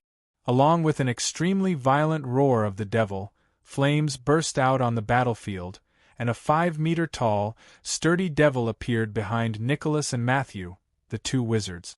Then, a giant beheading sword burning with abyssal fire flashed horizontally, instantly cutting through Matthew's external protection and cutting him in half at the waist. Matthew let out a blood-curdling scream as his entire body broke apart in the middle. Then, he exploded into a thick cloud of black smoke and disappeared. Nicholas, on the other hand, was extremely cunning. Taking advantage of the moment when Matthew blocked the enemy, his body suddenly stiffened, and he stood motionless in place. After the giant beheading sword cut through Matthew, it slashed at Nicholas with a whistling wind. Nicholas, who had been alive a moment ago, turned into a paper man in the next moment, instantly ignited by the abyssal fire, and turned into a pile of ashes. Thousands of meters away, at the edge of the wizard tower, the space distorted and shook. Both Nicholas and Matthew emerged at the same time, vomiting blood as they staggered to the ground. Matthew's body was cut in half, and he fell to the ground askew, but he was not dead. "Come back!" Matthew's upper body barely propped up from the ground, and he reached out and pointed at his bloody lower body. His lower body strangely climbed up on its own, then walked step by step to his side. Matthew put his hands on the ground, struggling to put the 2 parts of his body back together again. But as soon as it was put back together, a purple flame burst out of the wound, and he was blown away again. "Damn it, it's the abyssal fire!" Matthew pounded the ground in anger, but there was nothing he could do. The flame of the powerful demon had touched the cross-section of his body, and it would be difficult to put it back together without removing the abyssal fire. Matthew could only take out the separation dagger and cut off all the parts of his body that were stained with the purple flame. Only then did he rely on strange witchcraft to put his body back together. But when he stood up again, he was half a head shorter than before. After dealing with his injuries, he had a chance to take a good look at the terrible demon that had hurt him. It was an almost perfect abyssal demon. Its sturdy and domineering body was 4 meters tall, and its weight had reached an astonishing 2,000 kilograms. Chapter 1383. There were too many different kinds of demons. In the sorcerer world, there were hundreds of books that recorded and described all kinds of abyssal demons. Even so, it was difficult for sorcerers to distinguish them one by one. However, the demon in front of them was not to be underestimated. It was an abyssal fiend that had advanced to become a high-rank demon. This meant that its original body was a grade 5 demon, but due to the sorcerer world's upper limit of power, it could only display strength at the peak of grade 4. Even so, its terror and power were still shocking. It was said that they were terrifying monsters that crawled out from the depths of the abyss. Their bodies carried abyssal flames that could never be extinguished. Wherever they went, all living things withered and all life was extinguished. They were the embodiment of death and destruction in the will of the abyss. Such a powerful demon did not even need to make a move. Its ferocious appearance and domineering aura were enough to intimidate every human sorcerer present. All the human sorcerers involuntarily retreated to the vicinity of the sorcerer tower and gathered together, carefully examining the exceptionally strong and fierce abyssal fiend. In particular, the giant beheading sword in the other party's hand was especially eye-catching. According to the books, the abyssal fiend's weapon was called the Blade of Massacre. It was a demonic weapon that was made from extremely tough abyssal metal. It had the ability to destroy souls and prevent self-healing. Thinking of this, everyone could not help but look at Matthew in unison. Could it be that the abyssal fiend had not created its own weapon? Otherwise, how could Matthew still be alive? At this moment, Matthew's face turned pale as well. He tremblingly took out a palm-sized wooden doll, its surface engraved with fine and complicated runes. From its appearance and attire, this wooden doll was 70% to 80% similar to Matthew's appearance. However, there was a deep crack that ran through the wooden doll's body, almost cutting it in half. This puppet had obviously been completely destroyed. Only then did everyone understand. It turned out that Matthew had already been killed by the demon once. It was just that the puppet had died in his place.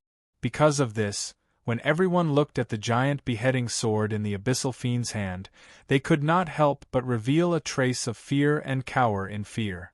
Although everyone present had some hidden life-saving methods, none of them would be able to endure being slashed by the abyssal fiend's blade of slaughter. Even the 100-meter-tall Monash, who had transformed into a golden titan, would not be able to withstand it. When Gaia's gaze fell upon the giant beheading sword, his pupils involuntarily shrank. He could hear the mournful wails of the resentful ghosts on the giant sword, and he could also feel the terrifying deterrence from the giant sword to his soul. He stood silently in front of the wizard's pagoda, continuously surveying the battlefield. But right after, he chuckled coldly. "What are you afraid of? This is our territory. If it dares to approach the wizard's pagoda, we'll skin it alive and kill it. If it doesn't dare to come close, we'll use long-range spells to deal with it. Then, Monash?" Gaia raised his hands to the sky once again, summoning bolts of violent lightning that were as thick as pillars. They turned into a lightning waterfall that covered 1,000 meters of the battlefield. The other wizards also followed suit. With their backs against the wizard's pagoda, they all condensed powerful violent wizard spells and began to attack the battlefield. It had to be said that the might of a level 4 wizard was not something an ordinary wizard could compare to. With the level 4 wizards showing their might, The dark mass of evil demons before them was reduced to a state of near annihilation. However, with so many evil demons dying here at the same time, the tainted flesh and evil souls in their bodies would further pollute the space here. This allowed the demonization of the area around the space crack to take another step forward. The more evil demons that died, the more power the level 5 abyssal fiend could unleash. All in all, the situation was still disadvantageous to the wizards. If only ordinary evil demons had died, the evil demon lords would naturally not care. They might even be happy to see it happen. However, there were still many of their elite subordinates and trusted clansmen on the battlefield. They could not ignore these fellows. Hence, the evil demon lords followed behind the abyssal fiend, forcing their way towards the human wizards step by step. The abyssal fiend had a massive body and was shockingly heavy. Every step it took with its hooves that resembled a goat's hooves would leave a shallow pit half a meter deep in the ground. The bottom of the pit was filled with cracks that resembled a spider's web. Wherever it went, the earth would dry up and crack. The sand, stones, and rocks would be corroded by the evil aura of the abyss. It gave off a terrifying feeling as if souls were being pulled down into the abyss. We can't let this evil demon continue growing here. Gaia's expression was solemn as he said sternly, "If we allow it to break through the limits of level 4, I'm afraid none of us here will be its match. We need to chase it out before it can adapt to the environment here. Monash, if you want to fight, count me in." A blood-red figure suddenly appeared in the air, speaking in a crisp voice, "I've long wanted to taste the blood of a high-grade evil demon. Count me in as well." This time, it was Andrews who spoke up. This was the territory of the Arden family. If they chose to give up in fear, the Arden family would be the first to suffer. Hence, he could only grit his teeth and fight. He could not afford to be lazy. 2 pseudo-super beings and a Tier 4 intermediate sorcerer against a powerful Tier 5 alchemist who cultivated both magic and martial arts.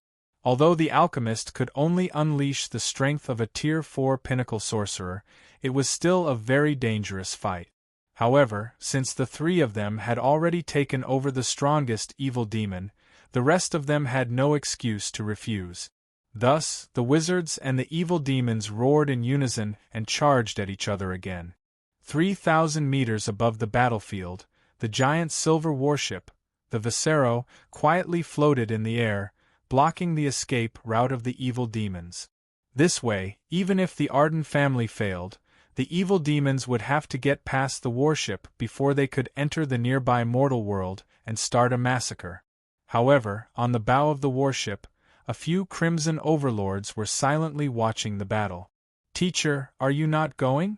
Faced with such a bloody and terrifying dimensional battlefield, stimulated by the powerful battle intent, the crimson dragon bloodline in Meryl's body surged.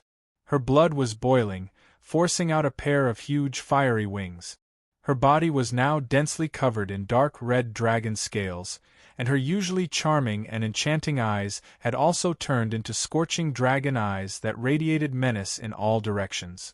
On her forehead, 2 large and 2 small fire dragon horns grew rapidly, accentuating her might as a crimson dragon which, feeling the violent and bloody aura from the battlefield in the distance, Meryl could no longer suppress the restlessness of the crimson dragon bloodline in her body. Behind her, Amelia, who was dressed in a soft green robe, looked nervous and full of fighting spirit. Captain Locke, who was further back, had his green face turned blood red. A strange dark red light appeared at the edge of his bean-like eyes. Wormwitch Bliss, who was at the back of the group, had his hood down and black robes covering his body, hiding his face and figure. However, just from the slight undulations of the robes, one could sense the restlessness and unease underneath. Grim, who was wearing a plain dark red leather armor, stood quietly at the bow of the warship. He looked back at Meryl, whose blood was boiling, and then at Amelia, whose face was red and who was also clenching her fists. He shook his head and smiled. "Of course I'm going. Otherwise, we might lose this space fisher today." Then, Then we will also help you.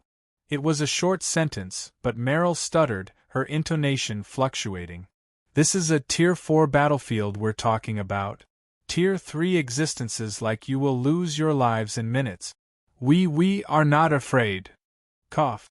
Grimm shook his head again. With a wave of his hand, a dense layer of dark red light enveloped everyone present. Strangely enough, as soon as the layer of light enveloped them, the upper echelons of the Crimson Academy, who had been struggling just a moment ago, instantly regained their senses. Recalling their previous performance, they could not help but break out in cold sweat. You've regained your senses? Grimm smiled. The few core members of the Crimson family lowered their heads and wiped the sweat off their forehead. They bowed and said, "Thank you, Master, Teacher, for your help. You don't have to be ashamed. After all, this is a battlefield where two civilizations from different planes are clashing. Only Tier 4 magi who can sense the existence of the laws can resist the temptation and erosion of the will of the abyss. All of you need to continue growing before you can participate in a battle of this level." Grimm stood there leisurely, calmly observing the battlefield in the distance. It was as if he did not care about the outcome of this battle at all. That demon is too powerful. I'm just worried that Lady Mary will be hurt by it. Among everyone present, only Meryl dared to speak to Grimm like this with her status as a disciple. The rest of the people could only quietly listen to the conversation from the side. Although the demon was wreaking havoc in the distance, seeing how calm their master was, the upper echelons of the Crimson Academy gradually calmed down. Originally, after being infected by the will of the Abyss's tyrannical and cruel aura, all of them felt their blood boil and their morale soar. They could not wait to rush into the battlefield and start a massacre. However, with the protection of their master's law of fire, they were able to suppress the urge to slaughter deep in their hearts. Chapter 1384. When it's time to act, I will naturally act.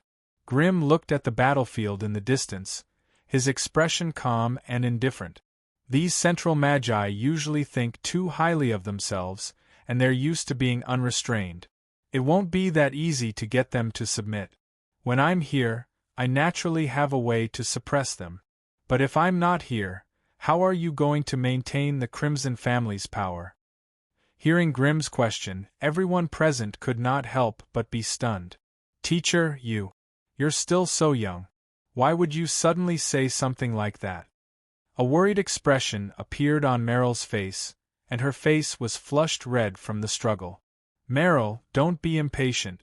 I don't think the Lord means that. Amelia was intelligent and meticulous, and a thoughtful expression appeared on her face as she probed, Lord Family Leader, could it be that you're about to take that step? That step, this earth-shattering sentence made everyone present quiver. At the same time, their eyes widened as they stared fixedly at the tall and imposing figure in front of them. This was the first time they had seen him. The fiery energy that had been surging and expanding from the Lord Family Leader's body had been swept away. At this moment, Grimm was standing in front of them. If it wasn't for his familiar voice, figure, aura, and smell, they would have thought that he was just an ordinary human. Yes, the Lord Family Leader's energy aura had been completely retracted, and what replaced it was a warmth that came from the heart and an inviolable dignity. His smile was like spring, able to infect and invade people's hearts with an invisible and intangible power, causing them to feel endless warmth. His anger was like the flames of destruction, able to ignite a person's heart in the wildest and most tyrannical manner. Previously, they had only vaguely sensed that their Lord Family Leader was powerful, but they had no idea how powerful he was. Hearing Amelia's question, everyone could not help but hold their breaths and focus, quietly waiting for their Lord Family Leader's reply. Grimm's smile became even wider. Everyone present was the Crimson family's trusted aides, so there was naturally nothing to hide.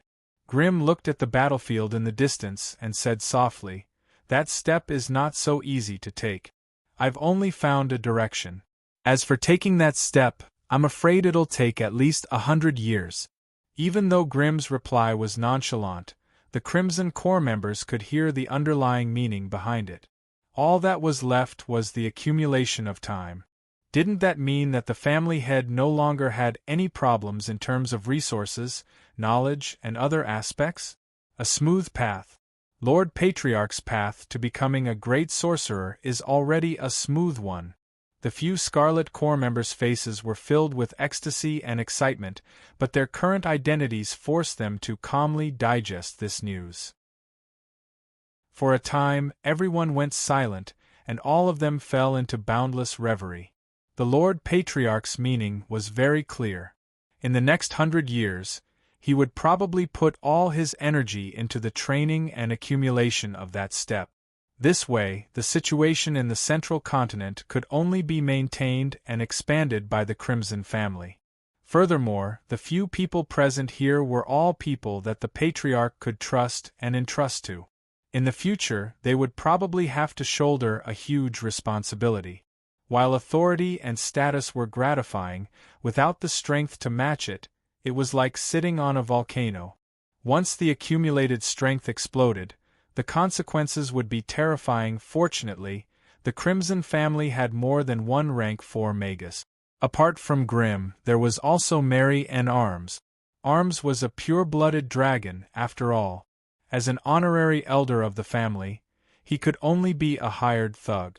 However, to support the Crimson family and the tens of thousands of magi in the central continent, there was only the rank 4 Blood Queen Mary. Of course, if anyone here could take another step forward, they would also have the chance to become the leader of the central continent. That identity, that status, that power. Just thinking about it made the few people's ears redden, their hearts palpitate, and they found it difficult to control their emotions. Stepping into rank 5, becoming a legend, and becoming a powerful magus like a god in the magus world. This was something they had fantasized about countless times in the middle of the night. However, they knew very well that this was just an illusion. It seemed close, but it was actually thousands of miles away. It was not something that people of their level could reach. Hence, becoming a rank 4 magus would enjoy endless glory and respect in the magus world. This was the pinnacle of their lives. To other magi, this might just be a fantasy. However, to these core magi of the Crimson family, success was right in front of them. All they needed to do was put in a little bit of effort. Everyone's breathing inexplicably became heavy. Grimm did not turn around.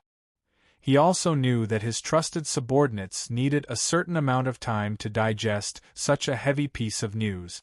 As the person closest to him, Grimm naturally hoped that Mary could continue on the path of a magus and not get involved in the treacherous and unpredictable power struggles of the central continent.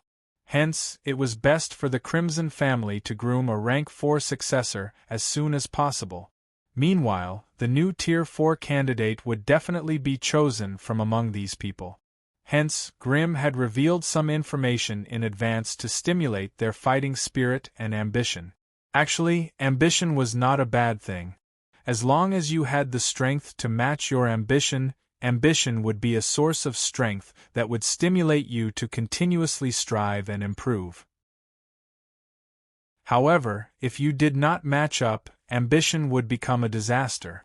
It would only turn a person into a madman and torment himself to death. However, the future Crimson family would have Grimm and Mary to protect them for hundreds of years. Hence, this batch of new talents would have plenty of time to grow and strengthen themselves. As long as any one of them could successfully advance to rank 4, with the support of the Crimson family and the legendary Fire Shaman, they would immediately become a top figure in the central continent. Such temptation was extremely great to everyone present here, and it was to the point that they were slightly restless and unable to control their emotions. However, while their hearts were churning and thousands of thoughts were floating in their heads, blood and flesh were already flying on the distant battlefield, and the plan was revealed. After a bloodbath, 3 out of the 5 demon lords and a high-grade alchemist were heavily injured by the Magi. They were the Quasar, the Balrog, and the 6-armed snake demon. However, the Magi still lost this battle. The reason for their failure was that no one could defend against the abyssal alchemist's unbridled attack. Indeed, Monash Gaia, Mary, and Andrews had gathered. Gaia, Mary, and Andrews had only barely managed to hold off the abyssal alchemist. On the other hand, the abyssal alchemist relied on its demonic teleportation spell to move freely across the battlefield. Wherever it went, everyone avoided it. The terrifying demonic teleportation spell and the terrifying blade of massacre, every time the abyssal alchemist attacked, it meant that a rank 4 magus had to face a life-or-death battle. The rank 4 magi had to contend with the powerful enemies while being wary of the abyssal alchemist's sneak attack. To be honest, this kind of battle was excruciating. Of everyone present, perhaps only Mary could use her extraordinary agility to catch up to the abyssal alchemist. However, she could not do it alone. Without being able to lure the abyssal alchemist into the nightmare castle, she could only display the strength of a mid-rank 4 magus. With this strength, it was obvious that it was not enough to stop the abyssal alchemist's wanton slaughter. The only one who had the strength to face the abyssal alchemist head-on was Monash Gaia. However, his 100-meter-tall body meant that his every movement was slow. Trying to catch up to the abyssal alchemist was simply wishful thinking. If he forced himself too hard and the abyssal alchemist suddenly turned around, even Gaia might not be able to protect himself. Even Gaia could not guarantee that he would not be injured by the strange blade of massacre. Hence, a comical scene akin to an eagle catching a chick appeared on the battlefield. Mary danced around the abyssal alchemist like a tiny dragonfly, but she was unable to break through its defenses. The tall and mighty gold titan chased closely behind the alchemist fiend, bombarding it with lightning bolts.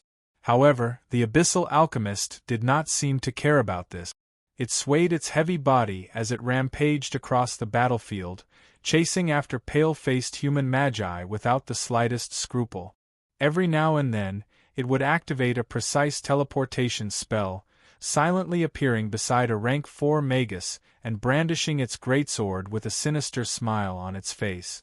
The terrifying greatsword burned with abyssal flames, and every time it attacked, it would kill something. The stronger humans might be able to rely on their resilient souls to resist the terrifying power, but those who were not strong enough could only rely on puppets or voodoo dolls to escape the fate of having their souls shattered. In truth, the abyssal alchemist alone was enough to cause a huge ruckus among the magi. Every time it disappeared from its original spot, all the magi present could not help but feel a sense of danger, and all of them felt a chill down their spines. There was no helping it. The abyssal alchemist's attacks were too sharp, and if they failed to block it, they would die. They could not help but feel worried and fearful. Up until now, there had not been any direct casualties among the rank 4 magi. However, at this rate, it was only a matter of time before 1 or 2 rank 4 magi died. The human magi's decline could no longer be concealed, and defeat was inevitable. Chapter 1385. Grimm, who was hiding in the dark, naturally knew that it was time for him to act. Otherwise, if the coward decided to run away, the situation would be difficult to deal with. Grimm made his move without hesitation. He did not ride on the clouds, nor did he summon the wind and rain. Grimm simply stepped on the void and slowly walked toward the battlefield. As his feet left the airship, his body began to grow bit by bit. With every step he took, his body grew larger. With every step he took, his body grew larger. Grimm only took 10 steps to cross the 3,000 meters to reach the edge of the battlefield. At the same time, his body expanded to the point where he could support the heavens and the earth. 1,000 meters tall this time, Grimm did not transform into a molten giant. Instead, he maintained his original appearance. However, his body had expanded to 1,000 meters tall, making his every movement seem sluggish and stiff. "Demon, leave our world. Otherwise, you'll die here today." Grimm's lips moved slightly, but his voice was like rolling thunder that reverberated throughout the world. Wherever it went, the ground would tremble, and the wizard's pagoda would tremble. Even the few crimson wizards on the giant floating battleship could not help but cover their ears tightly, stumbling from the tremors. Grimm's sudden appearance caused the entire battlefield to feel an indescribable sense of fear. All the magi and demons stopped what they were doing, turning their heads in shock to look at the terrifying giant that was slowly walking toward them from the horizon. The dark red dragon skin soft armor that glowed with magical energy, the tight-fitting black robe, the handsome and heroic figure, and the black eyes that seemed to be filled with infinite wisdom, all of this was originally so elegant and pleasing to the eye, but when it was transplanted onto the body of a 1,000-meter-tall giant, it seemed so strange and full of pressure.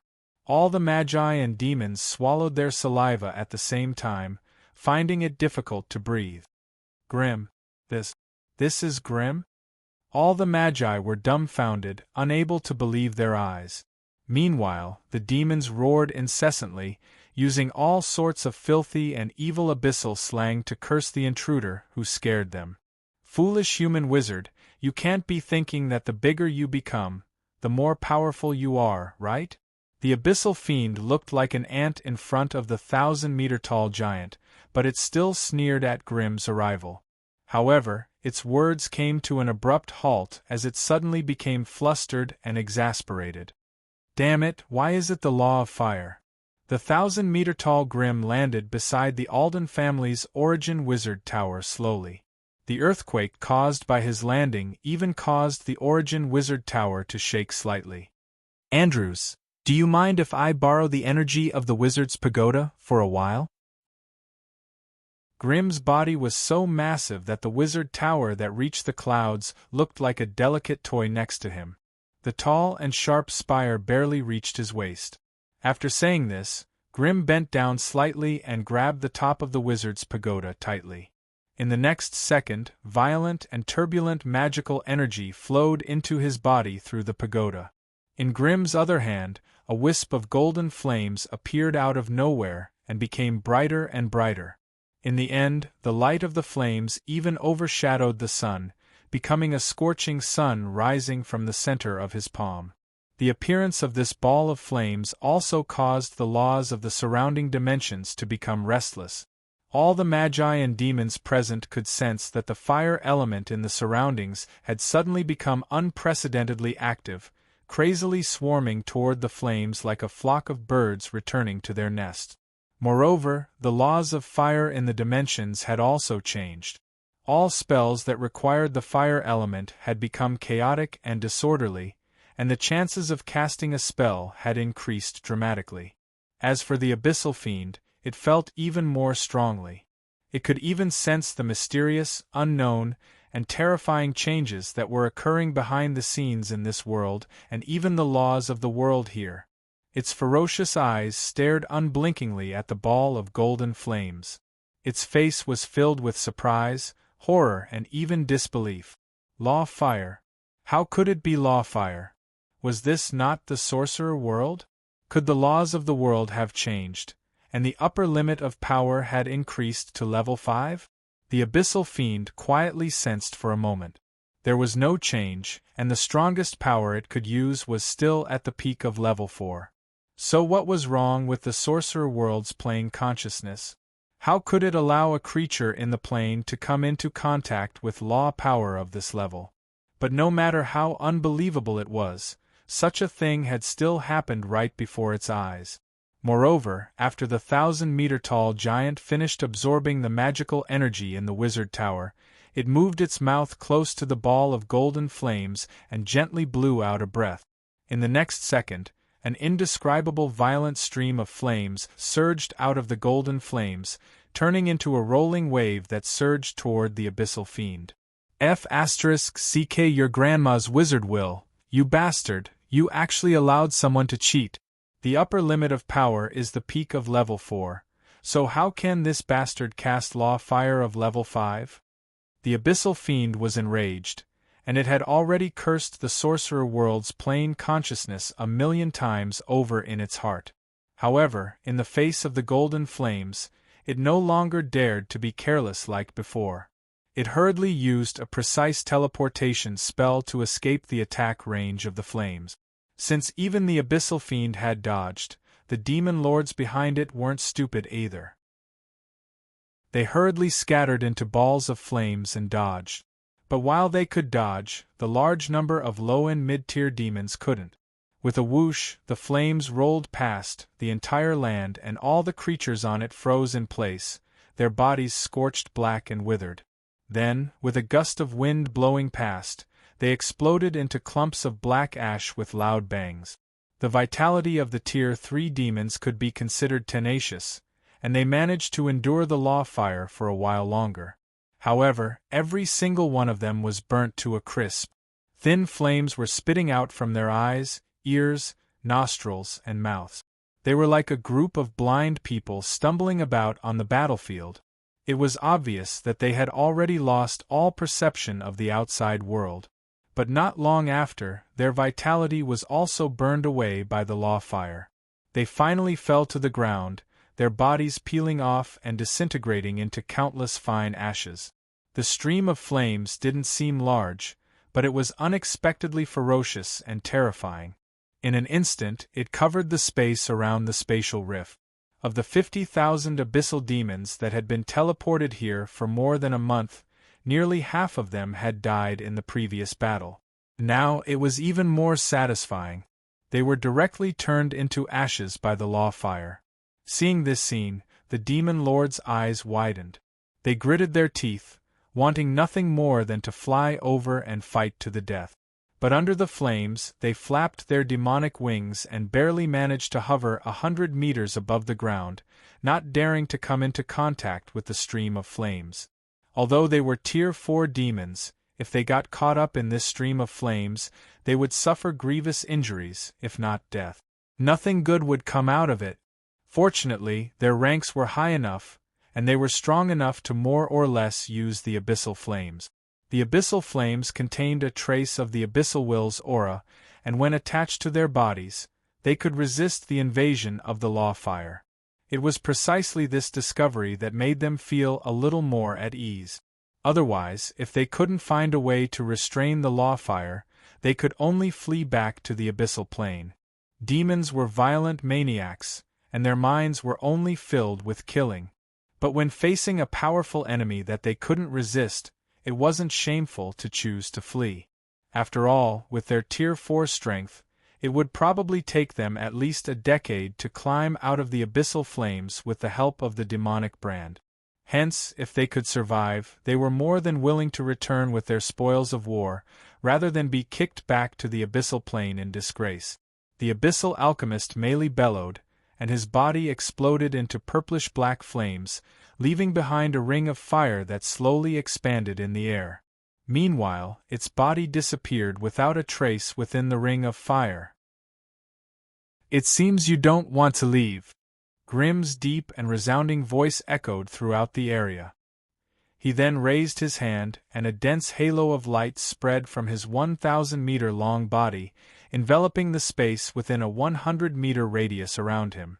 Just as the halo formed, the abyssal alchemist merely emerged from the edge. It was obvious that he had intended to teleport to Grimm's side and attack, but the strange halo had blocked his attack. The law fire. Only the law fire could stop a Tier 5 demon's teleportation ability. Melee swung the beheader sword in his hand, cutting through the halo. He then dived into it and swung his great sword at Grimm's body. In a real high-level battle, the bigger one's body size was not necessarily better. Without comprehensive protection, the larger one's body was, the more opportunities the enemy would have to attack. Moreover, in a situation where one's strength was insufficient, using a large incarnation would only weaken the defensive strength of one's body. As a veteran Tier 5 demon, melee wouldn't make such a mistake. Despite being attacked from the side, Grimm didn't panic in the slightest. Golden flames instantly ignited on his palm, transforming it into an earth-shattering palm that slammed down. The two powerful forces collided in an instant. Chapter 1386. Fortunately, those damned meat dishes had all died in the previous round of explosions. Otherwise, this clash of powerhouses would have instantly wiped out the battlefield, turning it into a land of death. Amidst the violent energy waves, the Tier 4 demons and sorcerers covered their heads and scurried away, using all sorts of methods to escape the battlefield as quickly as possible. The most unlucky one on the battlefield was undoubtedly the Tier 4 Berserker. Speed wasn't its forte, to begin with, and it had been heavily injured in the previous battle, slowing down its escape speed even further. Hence, before it could escape the attack's range, the energy waves and golden flames caught up to it. The Tier 4 Berserker felt as if it had been grabbed by an invisible hand, squeezing and kneading it with all its might. The Berserker's entire body was instantly deformed, and purplish-black blood spurted out of its mangled body like a fountain. Even so, the Hezru demon managed to survive with its powerful physique and tenacious vitality despite suffering from such a horrifying stomp. However, just as it was about to reach out to the nearest Balrog and cry for help, a golden flame rune brushed past its body. In the next second, the heart fire burst out, and the magic energy inside the Berserker demon's body was ignited by the golden flame patterns. A terrifying, inextinguishable flame started burning in its internal organs, instantly burning it to the point that it wailed miserably. "Zaire, save me! Telia, help me!" However, no matter how pitiful and sincere the Berserker's cries were, the Berserker's companions fled even faster. Finally, the inextinguishable flame burned through the Berserker's internal organs and seeped out of its eyes, ears, mouth, nose, and pores, turning it into a ball of golden flames. The Berserker writhed in pain on the battlefield. A moment later, its vitality was exhausted, and it fell to the ground like a piece of rotten wood, never to get up again. The sorcerers and demon lords couldn't help but feel sad. This wasn't an ordinary abyssal demon. This was a Tier 4 demon lord. No matter which plane it was in, it would be a terrifying demon lord that could destroy the heavens and the earth. But here, in the Magus world's planar battlefield, he was slaughtered like a chicken or a dog.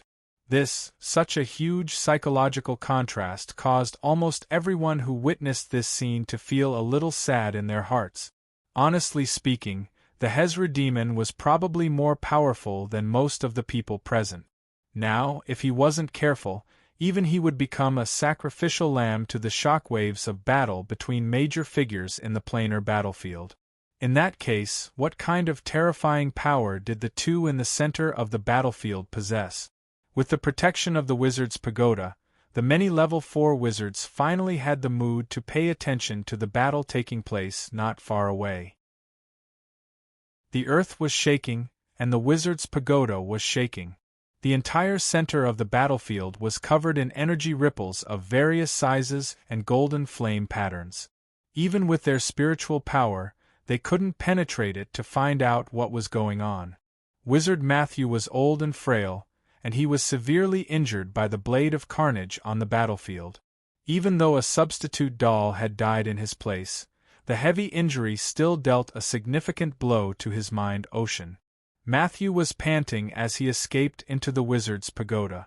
Turning around to see the 1,000-meter-tall Grimm, Matthew felt a wave of panic, and he was momentarily dazed. Up until now, his relationship with the legendary fire wizard Grimm had not improved. In the past, he had hoped that Merva and Nicholas would be his companions, so that they could form a small team that could secretly fight against Grimm. But looking at the power of the other party and his pathetic state, Matthew couldn't help but feel disheartened. The anger and indignation that had been burning in his heart silently dissipated. He didn't want to die. He still had a large group of clansmen that he needed to take care of, as well as hundreds and thousands of direct blood relatives that he needed to take care of. Once he died, these clansmen and blood relatives would be subjected to terrifying oppression and vengeance. This was something he could imagine even with his toes. He didn't want to fight anymore. After fighting for so long, the other party was still advancing by leaps and bounds. Now, he had even reached a level that they had to look up to. But they each and every one of them were behaving like stray dogs. If the other party wanted to unify the entire central region, then so be it. After all, with the remaining power of a level 4 faction, he and his family could enjoy another 200 to 300 years of respect and glory. This was enough for Matthew, who had long since lost his path of advancement. Matthew's eyes flickered as he stared at the battle in the distance, but his mind was already in turmoil. But just as he was lost in his thoughts, another earth-shattering boom came from afar. Then, an even more violent and ferocious hurricane exploded from the center of the battlefield with specks of golden flames, sweeping across the sky with an unstoppable force. At the front of the battlefield, there were a dozen war wizard pagodas of different heights that had been destroyed by the battles over the past month. Although they had experienced the devastation of countless battles, they were still entrenched in their original positions. But at this moment, their existence had come to an end. As this wild hurricane swept across the sky, it completely erased the last traces of the war wizard pagodas. The terrifying shockwaves of energy crazily swept across the energy field around the wizard's pagoda. The terrifying golden flames caused chaos in the magical energy wherever they landed, creating a sea of golden flames. The entire battlefield was being swept and ruled by two terrifying forces. They entangled and fought with each other, and from time to time, bursts of energy storms would erupt when the forces were annihilated. Even though it was impossible to determine their energy levels with the protection of the wizard's pagoda, it was possible to make a rough estimate based on the intensity of the trembling of the wizard's pagoda. This was no longer a level of power that a peak level 4 could possess. Could it be that Grimm had already advanced to level 5? Every wizard had the same thought, but they rejected the idea. The wizard world was an extremely strict, large-scale dimension. Peak level 4 was the upper limit of the dimension's power. Within the dimension, it was impossible for any power beyond peak level 4 to appear. That was because it would result in a severe backlash from the consciousness of the dimension, and even the backlash from the wizard will. As for level 5 creatures, it was even more impossible for them to survive within the dimension. Otherwise, just the endless suppression of the dimension would cause them endless pain. However, the scene in front of them was clearly beyond their understanding. Were they too backward, or was this world too crazy? At that moment, many wizards began to worry about their own gains and losses. But before they could let their imaginations run wild, they were more concerned about the outcome of the battle. The battle quickly came to an end. Battles between high-level creatures had always been fast. One of the main reasons why the low and mid-level wizards had fought for so long was that their attacks and defenses were still within the limits of the dimension's power. This way, even though there was a disparity in power between the two sides, it was difficult for them to quickly suppress each other. Thus, they could only slowly whittle down their opponent's power, searching for the so-called opportunity to deal a fatal blow. But such a problem did not exist in the eyes of high-level creatures. When both sides reached this level, they had already pushed a certain aspect of their strength to an astonishing level. The battle between them involved almost every aspect of the body, mind, soul, laws, and many other aspects. It was a battle of all domains. As such, it was even more dangerous and terrifying.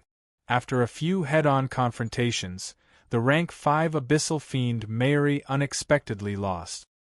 His entire body was wrapped in abyssal flames, and he let out a mournful howl as he escaped from the golden giant's side. He dove headfirst into a spatial crack, disappearing without a trace. Before he left, everyone could clearly see that the purple abyssal flames on Mayuri's body were mixed with some golden light. It was obvious that Grimm's flames of law had spread to his body. However, Grimm did not seem to be having a good time after defeating Mayuri. Two dazzling rays of light shot out from his 1,000-meter-tall body, slowly flowing on the surface of his body. One was the light of wisdom from the Book of Darkness, while the other was the fire energy from the divine fire orb. These two powers, in addition to Grimm's inextinguishable flames, gave him a total of 3 layers of protection from laws. It was with this method that Grimm had been able to withstand the Abyssal Fiend's violent melee attacks and heavily injure Mayuri with the flames of law. Despite being a Tier 4 player, Grimm had still managed to win against a Tier 5 player. He had to admit that Grimm had taken advantage of his opponent in this battle. The first advantage was the restriction of the plane's laws. This was the sorcerer world, Grimm's origin plane. Here, he was naturally more favored and supported by the plane's consciousness than Mayuri. On the other hand, Mayuri had to endure the intense suppression of the plane's consciousness. With this addition and subtraction, Mayuri's basic strength had been suppressed to the Tier 4 peak standard. The second advantage was the suppression of his equipment. The Abyssal Fiend Mayuri did not have any other high-grade equipment on him apart from the Blade of Carnage. It could be said that those who crawled out of the abyss were all dirt poor. Their powerful strength was built entirely on their physique and battle prowess. As for their equipment, they relied on robbing others. In stark contrast, Grimm, who was only at rank 4, had 2 rank 5 divine artifacts. The Divine Fire Orb, in particular, was an origin artifact that perfectly matched his soul and talent as a sorcerer. As a result, his battle prowess was even more terrifying.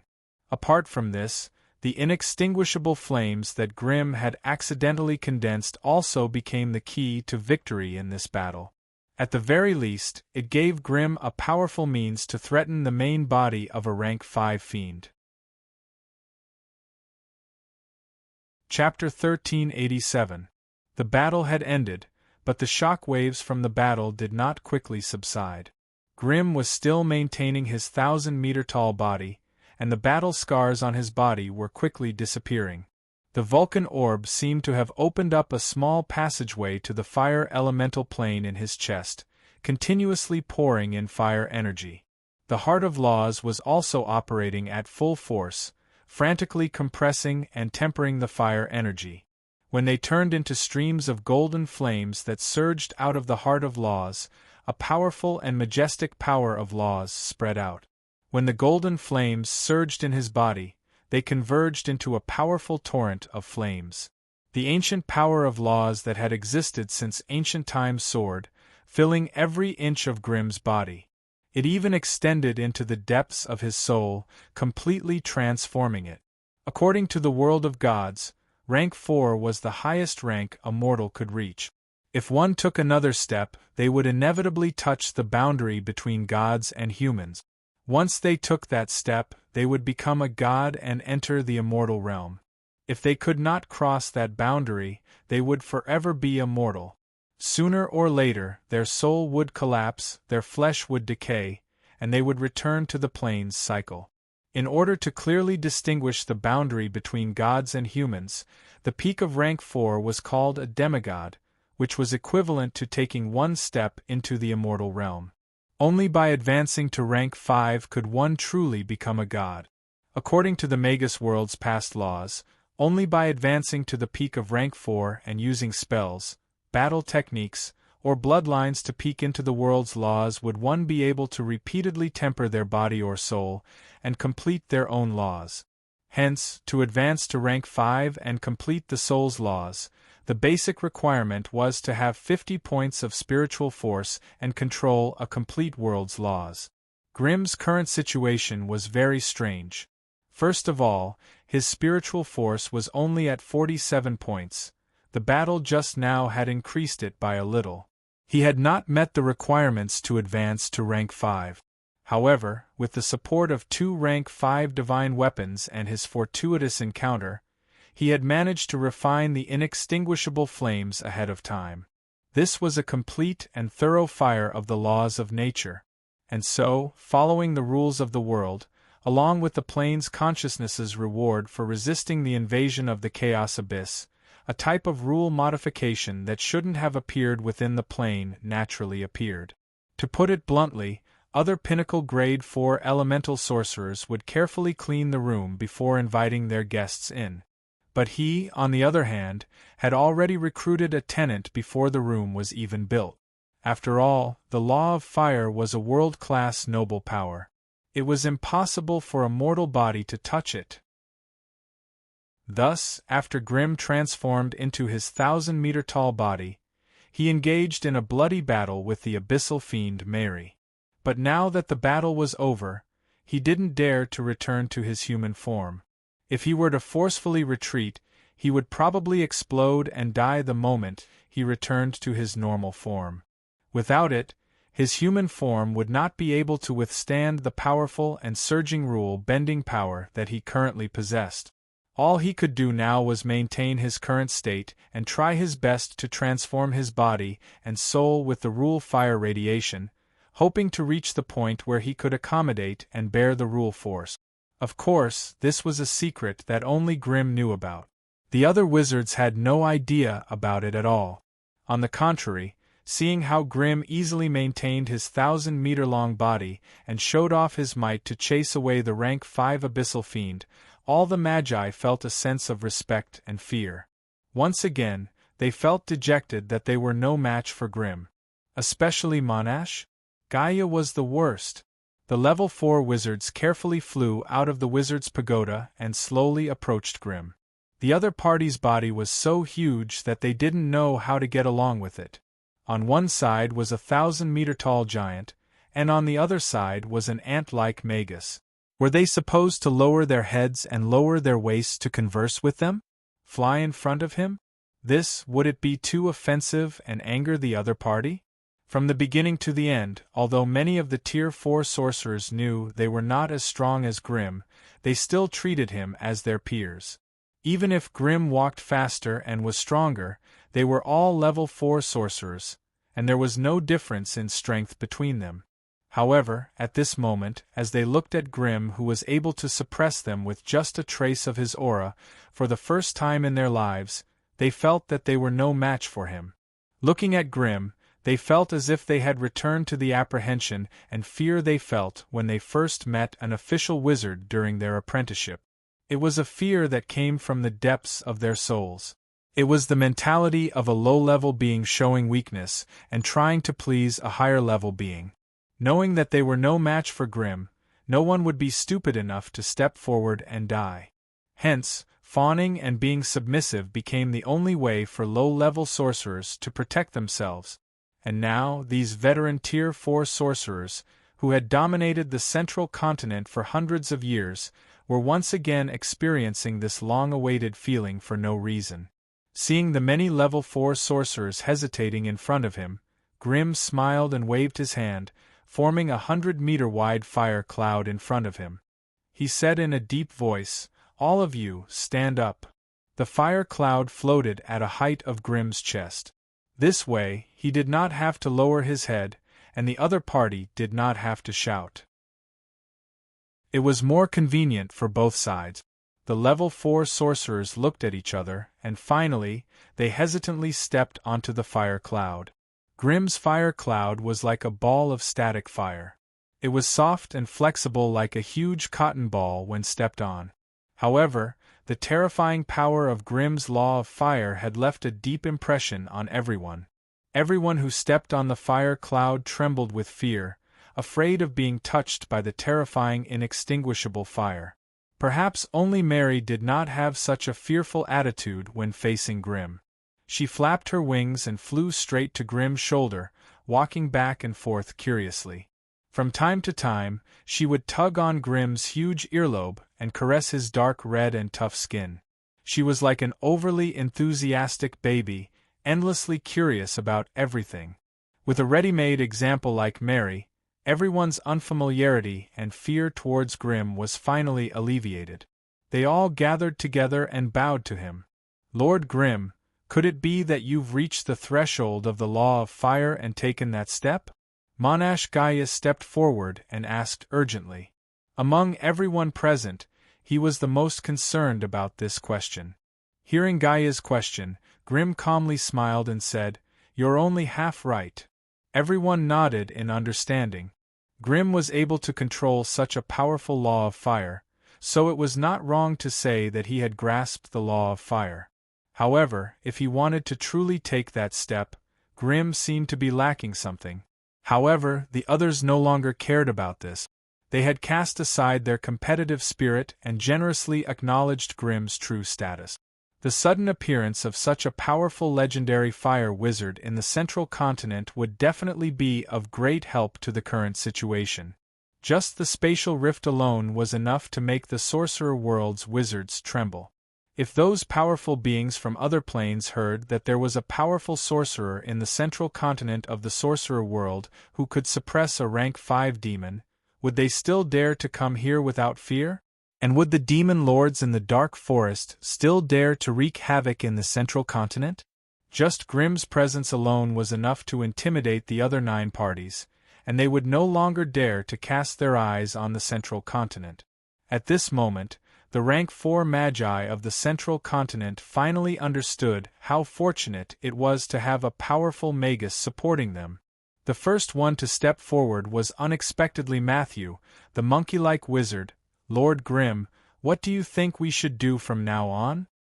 He had a flattering smile on his face, and his attitude was so humble that it was surprising. His sharpness had long since been defeated by the demon's fierceness. Coupled with the fact that he had lost his competitive spirit, it was easy to imagine that he could not wait to jump out and take a side. Although the other Grade 4 wizards were also suppressed in their hearts, they still could not wipe away their dignity on the surface. The smile on Grimm's face did not change, but the glint in his huge black eyes became more relaxed. Although the Grade 5 demon ran away, 3 of the remaining 4 demon lords still managed to escape into the central continent. You guys decide who is more suitable to carry out the purge. Everyone had seen it clearly. The moment the Grade 5 demon was defeated, it had taken the succubus and escaped back to the abyss plane. The remaining 3 demon lords had been forced out of the great spatial crack's range by the shockwaves of the battle. Seeing that the situation was not good, they could only flee into the distance. If the 3 Grade 4 demons were allowed to roam freely in the central continent, it would undoubtedly bring disaster to the wizard families along the way. Hence, it was only right to send people to hunt them down. Moreover, nobody dared to touch these Grade 4 demons when the battle was not going smoothly. However, when victory was within their grasp, these Grade 4 demons were basically top-grade resources and materials that were delivered to their doorstep. When the many Grade 4 wizards heard this, they could not help but lick their lip. They could not wait to kill these demons as soon as possible. Declan and Alfred exchanged glances. Just as they were about to step forward and volunteer, Matthew actually spoke up with a fawning smile. "My lord, you are now the number 1 wizard of the central continent. Everything will naturally be up to you. No matter what your orders are, I, Matthew, will be the first to express my support." Declan and Alfred could only stop themselves from taking that step forward. They could not help but curse inwardly. What a bootlicker! That's fine as well. Grimm nodded. It's just a few heavily injured demon lords. I won't take the credit. I'll stay here and seal up the great spatial crack. Mary will lead the team to hunt down the 3 demon lords. Matthew, Clara, Declan, Alfred and Monash? Gaia, I'll have to trouble you to accompany them. Yes. A few of the magi who had been called showed joy on their faces. Chapter 1388. There were a total of 15 Grade 4 magi in the central continent, but only 10 of them were present. This meant that there were still 5 Grade 4 magi who had yet to join the battle. Glancing at the crowd, Grimm asked in a low voice, "Mirva, Mira, Ariza, Roderick and Ashton, why aren't they here yet?" Although his tone was light, there was a hint of reproach in his words. Alfred took a step forward and explained in a low voice, "I notified Mirva before I came, but his Enemder Academy seems to have run into some problems. They're currently at war with the underground world. That's why they couldn't come here." The underground world. Grimm muttered to himself. The underground world referred to a group of dark creatures living in the endless caves beneath the Magus continent. Although resources were scarce, food and population were scarce, they still maintained a complete biological system that was not disturbed by the outside world. To humans and magi on the surface, these subterranean creatures were a group of monsters that could not be reasoned with. Every once in a while, when the subterranean creatures had accumulated enough strength, they would rush out of the darkness and plunder the surface. It seemed that the eruption of the mana tide had agitated these subterranean creatures, making them think that the magi on the surface were in trouble, so they came out to take advantage of the situation. Anemdar Academy had many interactions with the subterranean world in the past, so it was not surprising that they were affected by the underground riots. Grimm nodded and asked, "What about Mira and the other three?" This time, it was Lord Alfred who answered. He shook his head and said, "Not long ago, a large number of monsters gathered in the Black Forest near Ariza's Manzo family. It's said that their numbers have reached tens of millions, and there are many grade 4 monster kings among them. That's why Mira and Roderick went to help. Tens of millions. That was probably the scale of a monster tide. It was no wonder that the heads of the Magi families were so busy that they did not have the time to care about the spatial rift. What about Ashton? I think I know a little about this." Clara stood up with a bitter smile. One of Ashton's secondary planes seems to have been invaded by a foreign race. They're fighting for control of the plane there. It had to be said that there were many rank 4 Magi in the central continent. Some were on good terms, while others were on bad terms. The relationship between them was very complicated. If Grimm did not have the ability to intimidate the sorcerers, he would have a hard time reconciling the conflicts between them. This world was truly filled with the flames of war, and the smoke of gunpowder filled the air. There was not a single piece of peaceful land in the center of the continent. Grimm's sword-like eyebrows gradually rose, and his black pupils were filled with a dark red luster. Finally, he raised his head and roared, "I, Grimm, hereby swear that I will kill anyone who dares to invade the central continent during the demon tide." Scram! When he said the last word, Grimm's voice was like spring thunder, and he roared furiously. The word scram was like a bolt from the blue, reverberating through the clouds high up in the sky. The peerless might that was contained within his words swept out like a ripple, and it instantly shattered all the clouds in his field of vision. It caused the entire sky to suddenly clear up, and it revealed the blue sky. Grimm's words were sonorous and forceful, revealing his sharpness. Especially the last sentence, it was directly embedded in the laws of fire. With the help of the weak but clear rhythm of the laws of the world, it quickly spread to every corner of the Magus world. This was the first time Grimm had seen the world, and it was also the first time he had roared at the world. Of course, this kind of message could only be received by those who had reached a certain level and could touch the laws of the plane. As for the ordinary people of the Magus world, they had no right to hear Grimm's roar. The sky of the Magus world began to resound with muffled roars that sounded like thunder. However, if one closed their eyes and listened carefully, they would not be able to hear anything. Deep Ink Valley. An unprecedented battle was taking place near the exit of the valley. A large number of monsters that had been driven here by the disaster creatures rushed out of the mist, and they were fighting the wizards of the association who were guarding the area fearlessly.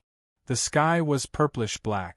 The ground was full of scars, and the corpses of the monsters were strewn all over the place. Those who were able to enter the sorcerer world were not good people. They were either huge in size with thick skin and strong impact, or they were petite and had unique racial abilities.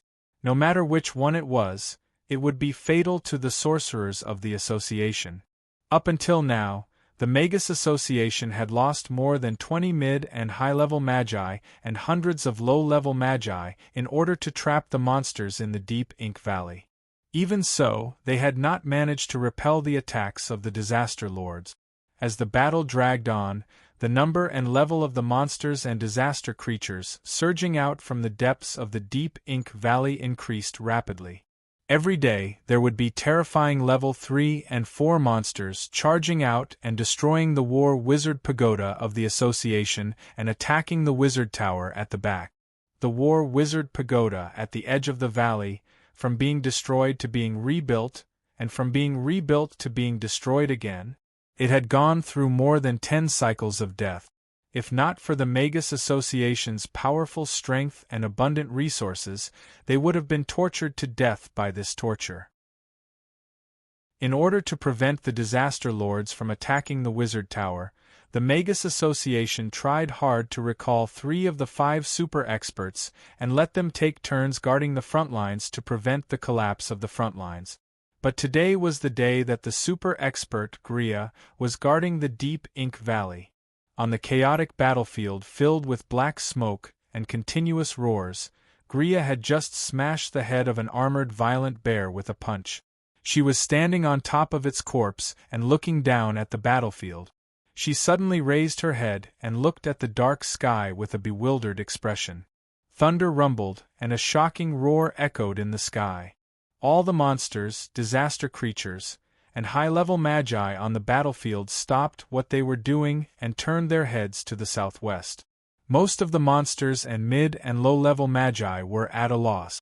They could vaguely feel that some strange change had occurred there, but they did not know the source or content of the change.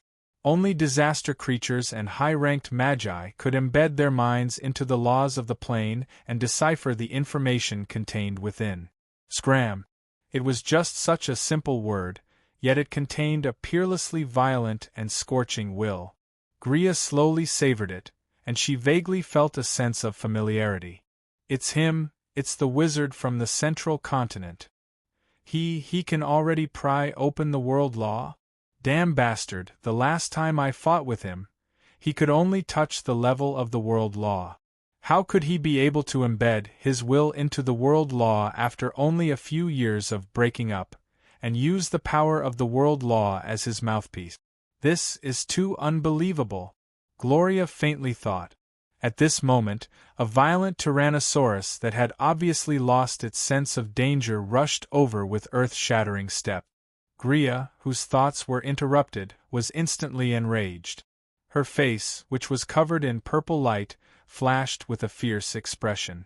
Her figure turned into a purple light and circled around the Tyrannosaurus. In the next second, blood spurted out of the Grade 3 Tyrannosaurus body. 3 dragon heads, 1 big and 2 small, were severed. The Tyrannosaurus let out a mournful wail and fell to the ground, never to move again. Soon, the viscous blood that flowed out of its body formed a small lake below it. Its life force quickly dissipated with the wind. In a corner of the battlefield, a 5-meter-tall multi-armed giant turned its head to the side, sensing the strange information coming from afar. Although the scram was a little embarrassing, the multi-armed giant's expression gradually turned ugly when it sensed the other party's method of transmitting the information. The aura of laws. How could it be the aura of laws? Could it be that there were still powerhouses beyond Grade 4 in the Magus world? If this conjecture was true, then it would be dangerous for the Disaster Lords to invade the Sorcerer world. Their main bodies had Grade 5 or Grade 6 strength, but after entering the Magus world, they were all suppressed to the peak of Grade 4. Although they could rely on their valiant main bodies and unparalleled combat skills to have an advantage even when facing the super powerhouses of their own plane, their lives would be in danger if they encountered a super creature. Fortunately, the other party seemed to be in the central part of the continent, which was thousands of miles away from the eastern part of the continent they were attacking. This way, the chances of encountering this fellow would be much lower. Looks like I'll have to find the 5 faces to discuss the follow-up attack. Since the central part of the continent has a super creature guarding it, it's best not to provoke them. Having thought this through, the multi-armed giant waved its hand and ordered the disaster creatures beside it to continue attacking, while it turned around and burrowed back into the depths of the valley.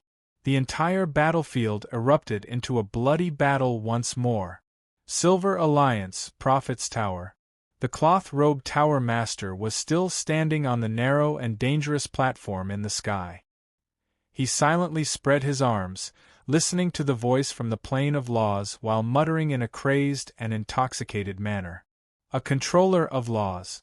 I didn't think that the Magus world would have another controller of laws. Judging from his performance, I'm afraid he'll become a new great sorcerer in another 100 years. A great sorcerer, that's a terrifying powerhouse that transcends the boundaries of the plane and can run amok in the multiverse. Listen, everyone listen. This is the first roar of a controller of laws to this world. How beautiful, how intoxicating. This is the pinnacle that a creature of the plane can reach. In every corner of the Prophet's Tower. All the secret scroll scholars put down their quills and raised their tired and despondent faces, silently listening to the voice from the distant plane. Chapter 1389. The Dark Forest. This was a vast forest located deep within the dark forest. The dense sea of trees spanning 5 miles of the dark forest was packed densely with these powerful magical creatures that usually occupied various places and dominated the area. Outside of them, there were also ordinary forest beasts and birds of prey that outnumbered the monsters by 100 times, as well as countless herbivores, insects, and small spiders. The variety of them far exceeded the imagination of outsiders. From the wind eagles, gale eagles, chimeras, and wyverns that flew in the sky, to the razor boars, armored rhinos, berserk baboons, and violent earth bears that ran on the ground, to the strange purple worms, blood-sucking spider monsters, Fermi ants, and even the extinct owl bears, shark lizard beasts, and griffins. It could be said that all the magical creatures that could be described in the Encyclopedia of Magical Creatures could be found here, and there were even many mutated species that were not recorded in the encyclopedia. Today, even if a sorcerer or scholar who was proficient in magical creatures was present, it would be difficult to identify their races, origins, and type. Usually, these fellows hid in various parts of the dark forest, with their own fixed living and hunting areas. They rarely traveled long distances and intruded into the territory of other creatures. But today, under the restraint of a strange force, they suppressed their instincts and the urge to hunt. They lay quietly in the forest, waiting for the orders of the forest kings. In the center of the forest, surrounded by many monsters, 3 forest kings of different shapes and sizes, with wild and violent auras, gathered together to discuss the upcoming attack. In the southeast corner of this small camp, a large group of harpy witches were entrenched together. The harpy witches were a large magical creature kingdom in the dark forest. Most of their members had gray bird feathers and looked ugly and ferocious. They had more bird-like characteristics than humans. Only the mutated individuals would shed the feathers on their torso, leaving only some blue bird feathers on their joints, armpits, and the ends of some limbs. The harpy witches present today were obviously the cream of the crop in the kingdom. Their exposed skin was white and delicate, their bodies were slender, their breasts were full, and their faces were strangely exquisite and perfect. The only remaining characteristics of their race were their crimson eyes, sharp, curved claws, and blue wings on their back. As spellcasters who had awakened the power of the elements, most harpy witches were surrounded by eye-catching wind and lightning elements. When such a large group of spellcasters gathered together, their overwhelming magical aura could even cause the magical energy of the dark forest to resonate with them. Moreover, they clustered around a beautiful woman who wore a fiery red feathered robe and revealed an elegant and noble bearing. Her figure was unusually tall and slender, and her appearance was also extremely alluring. Her appearance alone would cause quite a commotion in the mortal world. However, the purple eyes with thick black eyeshadow flashed with the madness and cruelty unique to wild magical beasts. More importantly, this beautiful woman, who was a combination of the feminine charm of a human and the cruel characteristics of a monster, wore a small and exquisite crystal crown on her head. She was actually a harpy empress with the strength of a grade 4 intermediate. Logically speaking, Harpy Queen Philoxy didn't have the qualifications to be the king of the Dark Forest. But considering the large number of spellcasters in the Harpy Witch's kingdom and the shocking number of combatants in their tribe, there was a place for her among the 3 kings of the forest. On the east side of the camp, there was a jellyfish-like flocculent floating alone. Its size was about the same as a rhinoceros.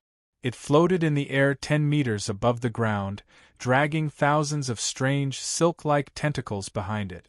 The jellyfish-like monster's body was translucent and filled with a light blue viscous liquid. In the dark forest, it would occasionally emit strange light waves that would make one dizzy. This monster was facing off against the other 2 kings of the forest by itself, and it didn't seem to be at a disadvantage in terms of aura. Even when the Harpy Empress Philoxy's gaze landed on his strange and demonic body, a trace of fear and vigilance could be seen on her face. As for the 3rd king of the forest, it was a huge war bear covered in white fur. It was 5 meters tall, but it squatted on a tree stump like a human. It had its legs crossed and a huge pipe in its mouth, puffing out clouds of smoke with a smile on its face. On its body, there was a set of simple and crude metal armor that only covered its chest, back, and ribs. The rest of its body was still exposed. On its head, there was a metal helmet that was buckled at a slanted angle. Looking at its sturdy appearance, it seemed to have been forged from meteoric iron, a specialty of the Dark Forest. The 3 kings were undeniably powerful kings of the western regions of the Dark Forest. In their respective regions, they were overlords of the forest that no one dared to provoke. And now, under the allure of the magic tide, they had finally gathered here and began to discuss how to launch an official attack on the human settlements. The Silent Forest was already at the edge of the western regions of the Dark Forest. Less than 100 miles to the east, one would be able to enter the human territory of the central region of the Wizard Continent. It was said that the human wizards had already built a tall wizard's pagoda at the edge of the forest to guard against their attacks, as well as a dozen war wizard pagodas. Faced with such a situation, the 3 kings of the western regions did not look worried or afraid. Instead, they began to discuss how to split the spoils of war after breaking through the wizards' line of defense. Wizards! We only want wizards! Harpy Queen Philoxy slammed the crystal staff in her hand and said sternly with her strange purple eyes, "You'd better be gentler in battle. Don't kill all the human wizards. What we need are living magi, the stronger the better.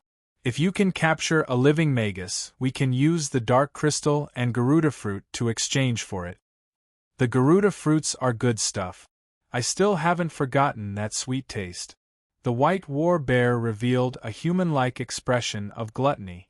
It puffed out a thick smoke ring and said, "Don't worry, I'll try not to use too much strength when I meet those human wizards. But I want all the magical crystals of the human wizards.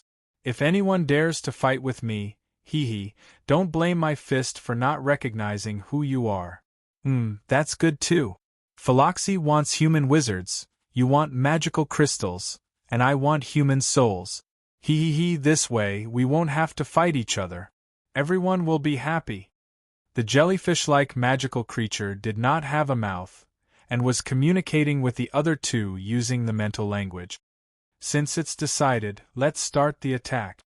The white war bear put away its pipe and stood up like a human. It roared, "These little brats have been cooped up here for too long. Once they become violent, I'm afraid the entire beast tide will be in chaos." "All right then." The jellyfish-like magical creature stopped abruptly halfway through its sentence. It turned its head slightly, and the thousands of strands of flesh attached to its body raised at the same time, pointing toward the northeast horizon. There, an inexplicable rumble of thunder could be heard. This was a strange undulation that originated from the laws of the world. Normal creatures would not be able to detect it. Only powerhouses like them, whose strength had touched upon the laws of the world, had the right to embed their spiritual force into the illusory laws of the world and read the correct information from within.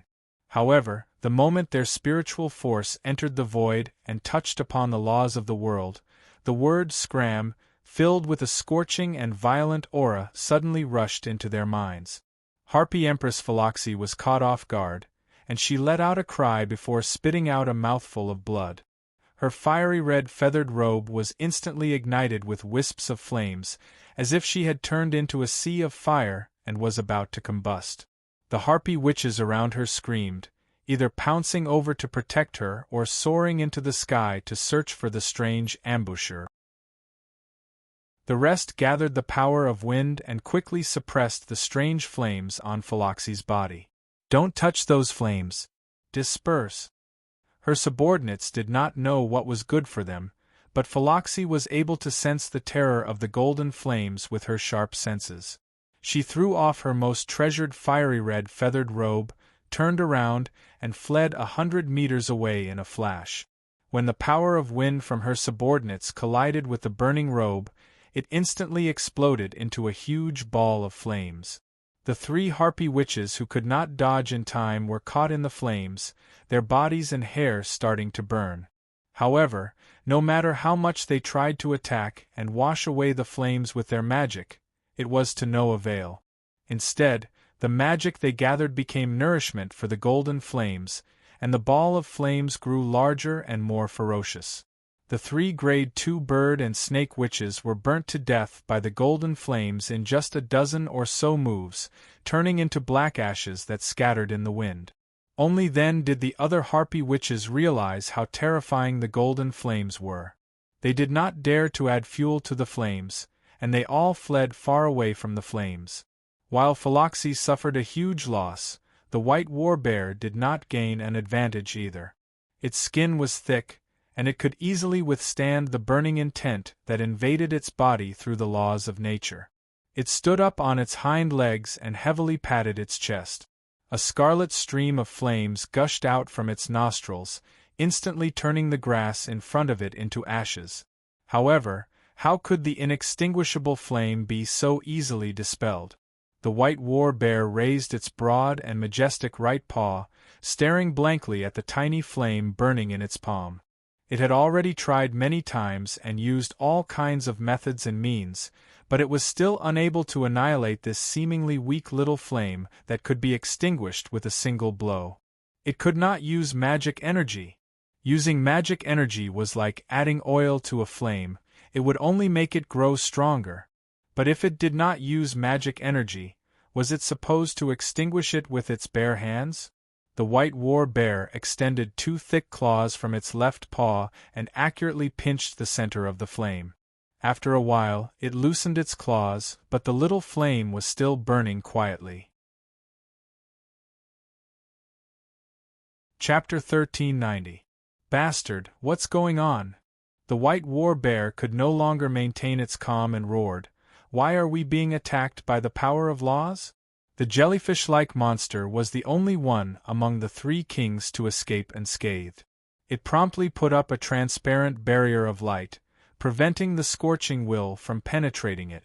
Without the guidance of the scorching will, the inextinguishable flame degenerated into an ordinary demonic fire, and was easily extinguished by a few freezing rays. It did not pay attention to the chaos of its 2 companions. Instead, it gazed into the distance, silently feeling the slight but distinct undulations of the world's laws.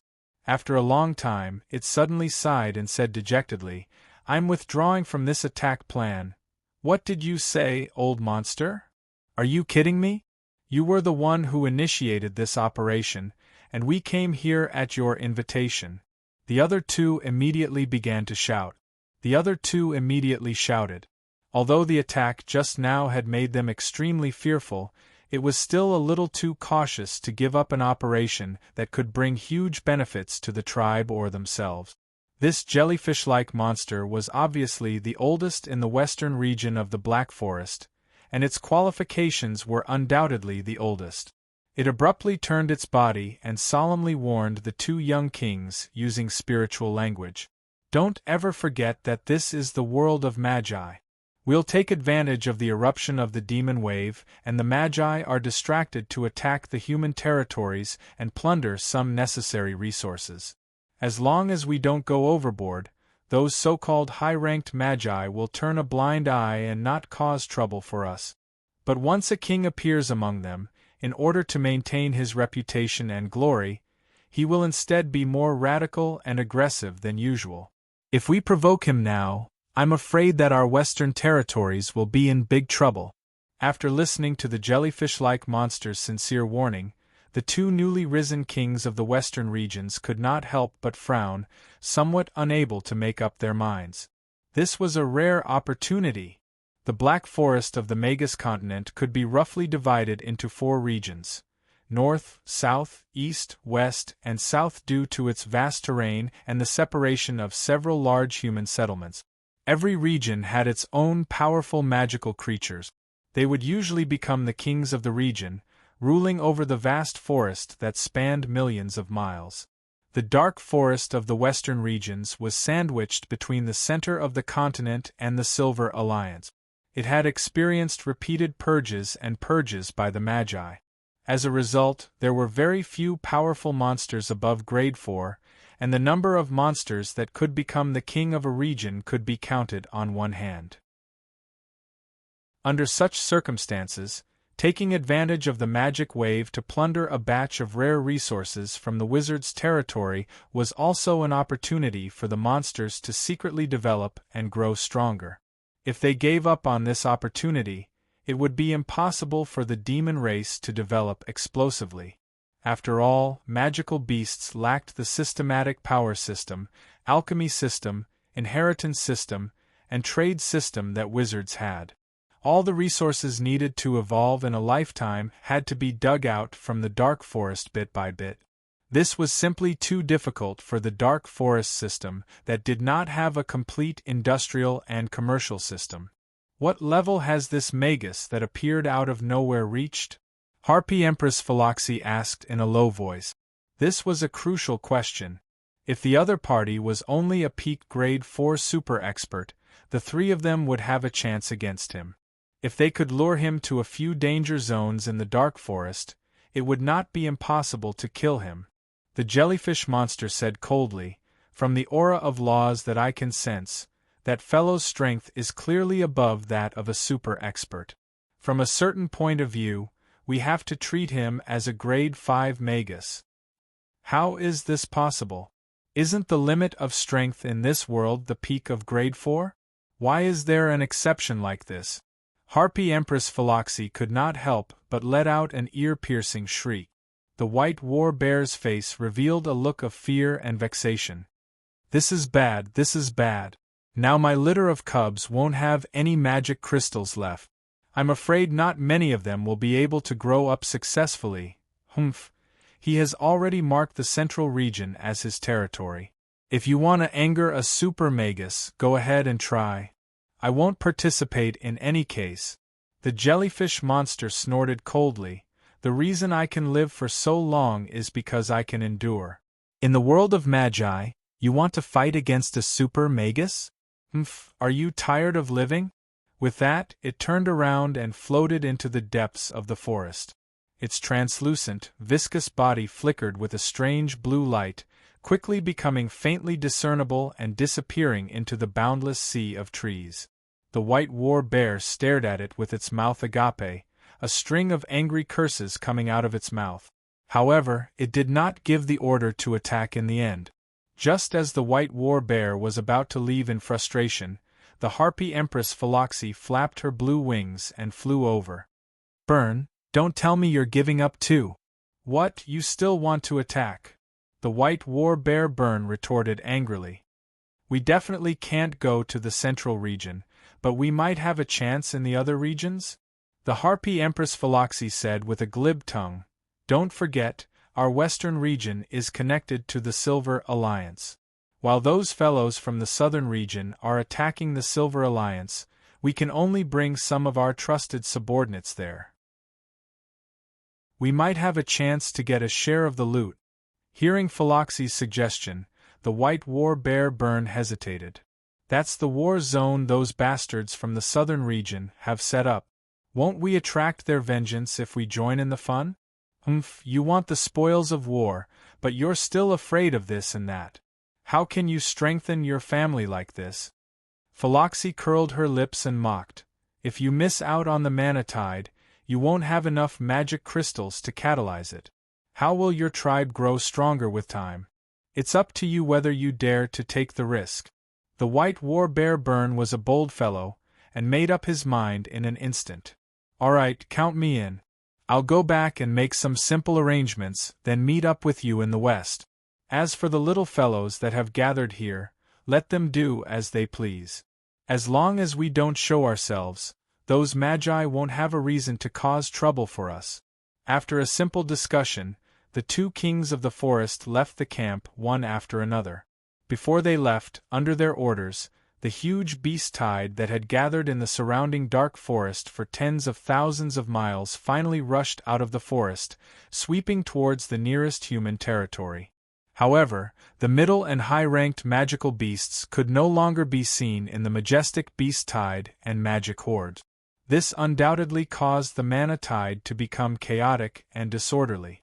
Correspondingly, the lethality of the mana tide began to plummet, becoming less unstoppable.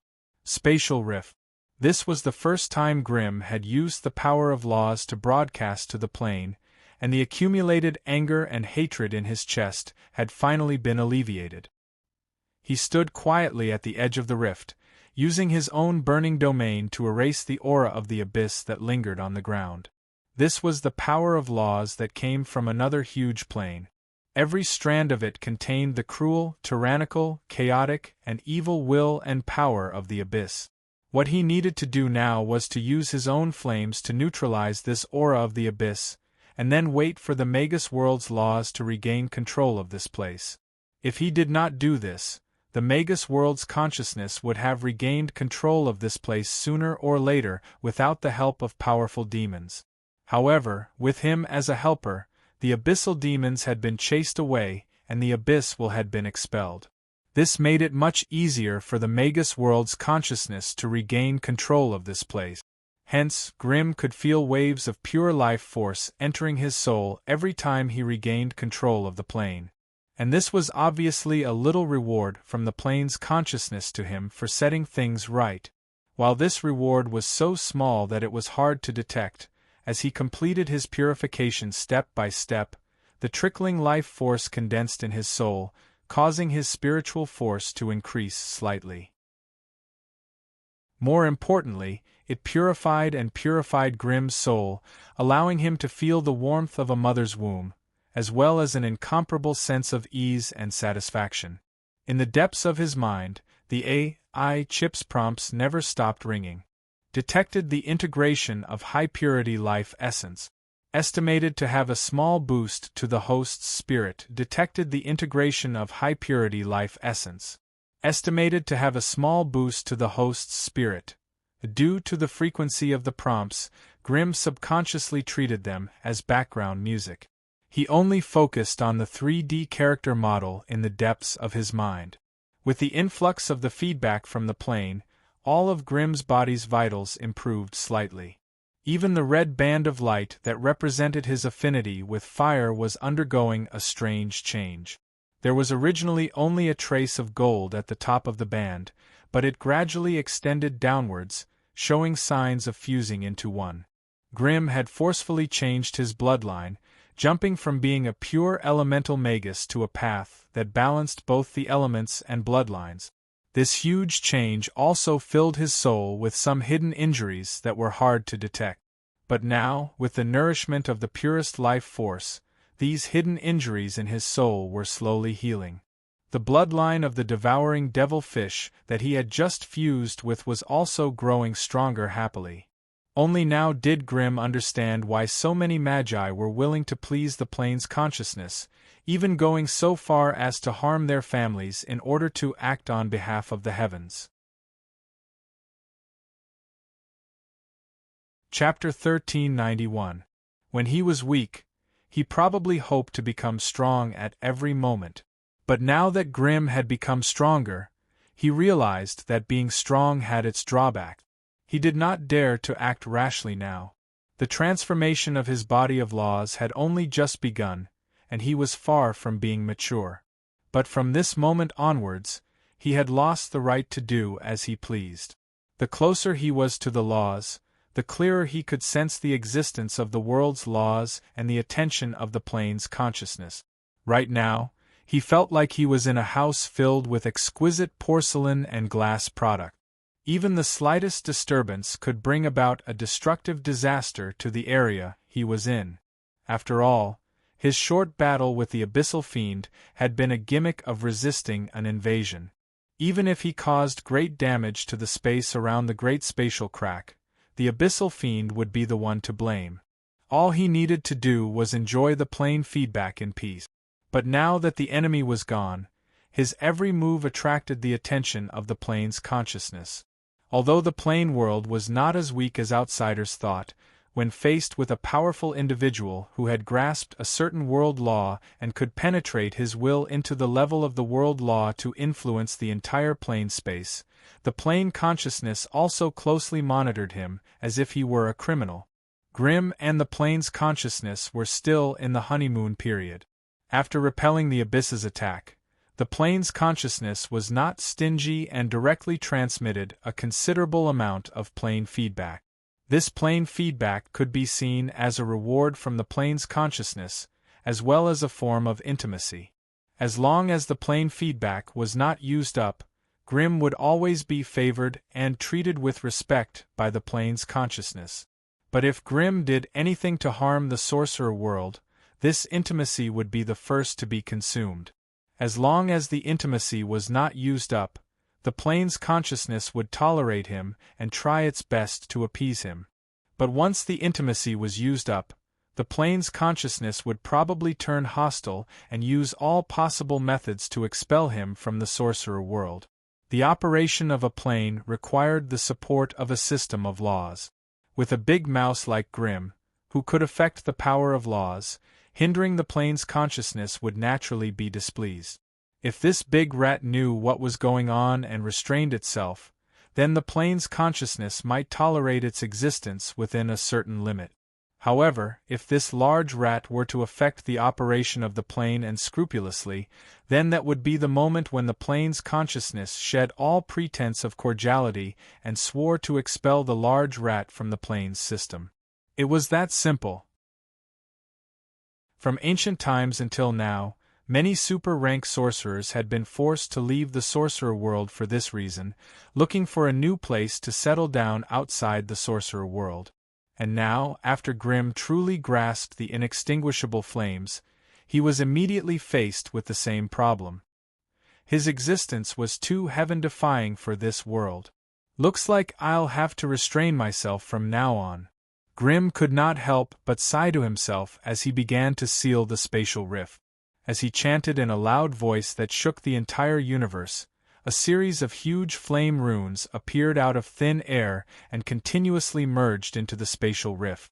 Under the stimulation and restriction of the flame runes, the spatial rift became smaller and smaller, finally shrinking into a dense door of light with a diameter of less than 100 meters. After all, Grim was not a specialized sealer. It was already commendable for him to be able to compress such a large spatial rift to a size of 100 meters. With such a small door of light, it would be difficult for high-level magical creatures above level 4 to pass through. If the creatures that entered the sorcerer world were below level 4, then the high-grade sorcerers and the wizard's pagoda would be able to deal with them easily. With Grim here, the Alden family's sorcerers became unprecedentedly active. They rode flying wizard beasts and circled the door of light, continuously testing something. Below the door of light, more sorcerers gathered and began to build war wizards' pagodas and various other sorcery facilities. While they were busy, they could not help but look up at this powerful sorcerer who was thousands of meters tall and looked like an ancient giant. Such a powerful force was probably the limit of what the plane could contain. In front of such a powerful sorcerer, mid-grade level 2 and 3 sorcerers like them were as weak as ants. They would not be able to withstand a single slap from Grimm. The closer they got to Grimm, the more they could feel the difference in power between them. If Grimm, who had turned into a giant, relaxed the restriction on the flame energy in his body, he could instantly turn everything within 1,000 meters into ashes, much less fight. Low-level 1 and 2 sorcerers would instantly turn into ashes under such a high temperature. Sorcerers above level 3 might struggle a little longer, but they would not be able to escape the radiation zone alive. Furthermore, Grimm's burning domain contained a terrifying law of fire. Even if some sorcerers used sorcery techniques to reincarnate in other regions or transfer their souls, they would not be able to escape the burning of the law of fire. Unless they could change the energy of their souls or escape to another plane in time, they would be able to use the space barrier to block Grimm's law of fire. Otherwise, all methods would be ineffective against the law of fire, and they would not be able to escape death. The only thing that could resist the law of fire was another law. After sealing the space crack, Grimm handed the remaining work to the ant-like sorcerers below him. He stood there quietly, using the law of fire in his heart of law to modify his body. Days passed by quickly like this. Many war wizard towers were erected once again, guarding the only remaining light gate in the great spatial fissure. Grimm had only completed 26% of the transformation of the laws in his body. On this day, just as he finished meditating and was about to think about what he should do today, a strange spiritual wave gently touched his senses. Beep. Received a long-distance communication request from Lich Kongness. Would you like to accept? Kongness? Grimm's brows twitched, but he chose to accept. In the next second, a chilling spiritual force connected to his senses. Lord Grimm, you've done us in. The moment his thoughts connected, Kongness started complaining crazily. As a fair trade, you hid the truth about the necropolis of the god of death, and caused us great losses. I represent the alliance of liches in the universe to issue you a stern warning and protest. You? Why is your mind so strange? Stop. Grimm interrupted Kongness. Kongness, we made it clear when we made our deal. I only gave you a spatial waymark leading to the necropolis of the god of death. I don't know much about the situation there. So, I need to ask you, did you find the target according to the waymark I gave you? We found it, but is the target a necropolis of the god of death? Grimm interrupted him again. Yes, but... The Lich had obviously just come back from a big rebuff, and was full of resentment and wanted to vent. There are no buts. Our deal is for you to fight for me once, and I'll give you a spatial waymark leading to the necropolis of the god of death. It's that simple. As for whether you can find anything there or whether there's a trap inside, that's not part of our deal. I don't think it's right for you to come here and demand an explanation, is it? Ugh, the Lich Kongness froze. As a qualified Lich, he was naturally interested in the necropolis of the god of death. If he could successfully excavate a necropolis of the god of death, divine crystals would be out of the question. However, the remains of the god of death and the divinity of the god of death would definitely make a Lich rich in an instant. If he used some tricks, he might even be able to control the remains of the god of death and take over the remaining worshippers and power of faith. However, exploring a necropolis of the god of death was no doubt a huge risk. Some gods of death would even create a fake necropolis of the god of death and place a clone in it, waiting for powerful beings from other planes to come to their death. Or perhaps the god of death hadn't exhausted his power of faith and was only in a temporary slumber.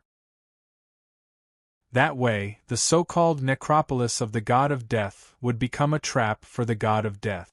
Anyone who stepped into it would suffer. If the gravedigger didn't get anything out of it, he might even lose his life to the owner of the necropolis. That was why Kongness knew he couldn't take everything for himself after receiving Grimm's vague message and the spatial waymark. So, he gathered a few volunteers from the Lich's League to explore the necropolis with him. There were 5 grade 4 liches and their endless army of undead. That was a terrifying force that could overturn seas and rivers in any other plane. Unfortunately, such a powerful force still failed miserably in the graveyard of the Death God, and they suffered a huge setback. Kongnus refused to divulge the details of the exploration and battle. Even so, the outcome alone was enough to deduce how terrifying the battle was. Of the 5 grade 4 liches that entered the necropolis of the God of Death, only 3 managed to escape alive. The remaining 2 had their bodies destroyed by their enemies. One of them was lucky enough to escape and return to his phylactery to be reborn. The unluckiest one had his soul harvested by the despicable God of Death and became nourishment for the God of Death. Naturally, the Lich's league was shaken by the God of Death. A few of the most senior liches showed themselves and swore to hunt down the despicable God of Death to the end. In comparison, Kongnus, the young lich who provided the wrong information, was the subject of much criticism. Chapter 1392. What's going on with you? At first, Kongnus was only concerned with scolding Grim. But with the sharp senses of a high-order lich, he quickly sensed the abnormality in Grim's soul ripples. Why do I sense the power of laws? Have you already pushed the law of fire to the level of laws? Kongnus's spiritual waves were loud and agitated, a stark contrast to his usual cold and sinister self. He was clearly shocked by the reality before him. The last time he met Grim was half a year ago. That was only a short period of time for them to take a nap or go out for a stroll. How could such a small amount of time allow him to undergo such a drastic change?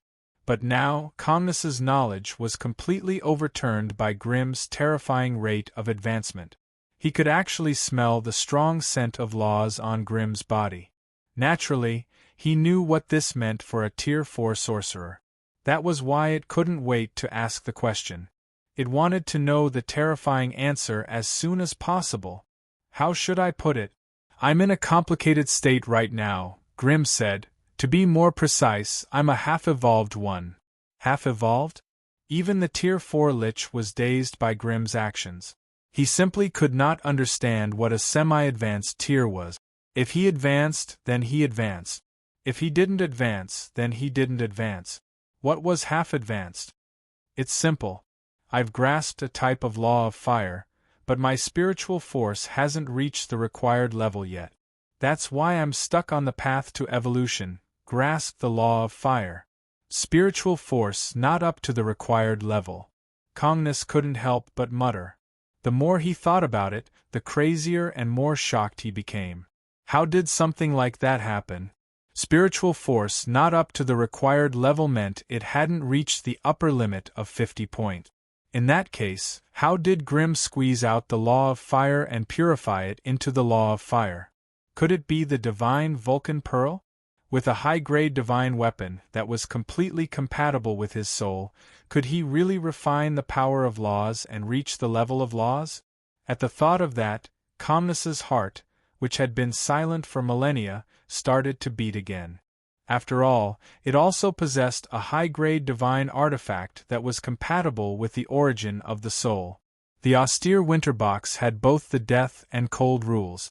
If he could fuse it with his soul, the power he could unleash would definitely be above that of the legendary fire wizard's fire god bead.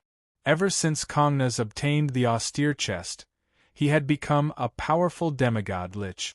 If he could obtain a method to temper his law power from Grim, he might even become a Tier 5 Great Lich. At that time, with the chest of austere winter, it could become a powerhouse in the entire pan-universe Grand Alliance of Liches and Demons. The title of a lich was different from that of a wizard. Rank 3 and Rank 4 liches were collectively known as liches, Rank 4 liches were known as demigod liches, Rank 5 liches were known as great liches or god liches, Rank 6 liches were known as lich elders, and Rank 7 and above were known as lich kings. To be honest, the highest ranked lich in the multiverse was the Lich King at rank 7. A higher level lich had yet to appear. Where are you now? I'll go look for you immediately. Congnes could not help but feel restless at the thought of this. As for the grudge between him and the necropolis of the god of death, it became worthless in the face of something as important as ascending. XXXXX. Grimm transmitted the coordinates of the sealed great dimensional crack to Congnes. A moment later, the sealed gate of light shrunk to 100 meters wide ripple in space.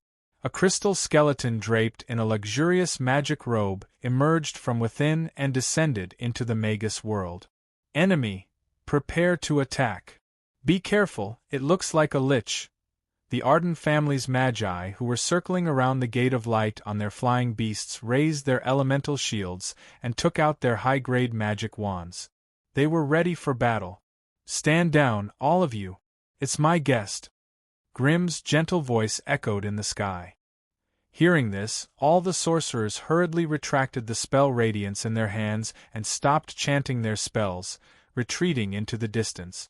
The Lich Congnes, who had rushed over in a hurry, raised his head and saw the 1,000-meter-tall Grimm. It opened its mouth silently, grinning so wide that the short staff in its hand almost fell from the sky. It looked around for a long time before it cautiously floated up and flew in front of Grimm. It said in surprise, "No wonder you said that your condition is abnormal. It is indeed shocking." "Sorry for the embarrassment." Grimm chuckled. "Something went wrong during the upgrade, so I can only stay in this giant form for now. Fortunately, I didn't lose much in terms of combat power. Can I see what kind of law of fire you've mastered?" Congnes rubbed his hands together. Grimm was a demigod lich, so there was no way he would covet the law of fire. Therefore, Grimm did not hide anything. He raised his right hand that was as big as a hill and raised his index finger. In the next second, a small cluster of golden flames floated up. Any high-order Magus-exclusive spells were their secret weapons. They would not show it to others easily. Only friends like them, who had no direct conflict of interest, would be so generous and pure. Congnes did not try to probe the flames with his spiritual force. Instead, he silently sensed the characteristics of the laws of fire. The small cluster of flames did not look like much, but as it burned on Grimm's fingertip, it caused the laws of the world to tremble violently. At the level of the world's laws invisible to the naked eye, other than the nomological power of the flame law, all other nomological powers were vaguely repelled. This meant that when Grimm used the law of fire, the laws of the world would be temporarily rewritten. Apart from the power of fire, Grimm's enemies would not be able to obtain any elemental or law power from the laws of the world. This was the most terrifying thing about magi of laws being superior to magi of elemental laws. They could sever the connection between their enemies and the planar system. Without the connection of the planar system, it was impossible to fight against a Magus of laws who had an endless supply of mana with their own strength and spells. Apart from the power of laws, the legendary fire shaman's flames also had a terrifying life-locking property. Once Grimm's law of fire invaded someone's soul, the power of the law would seep into their soul and use their life force as fuel to burn for eternity. Such a vicious law of fire would not rest until one was dead.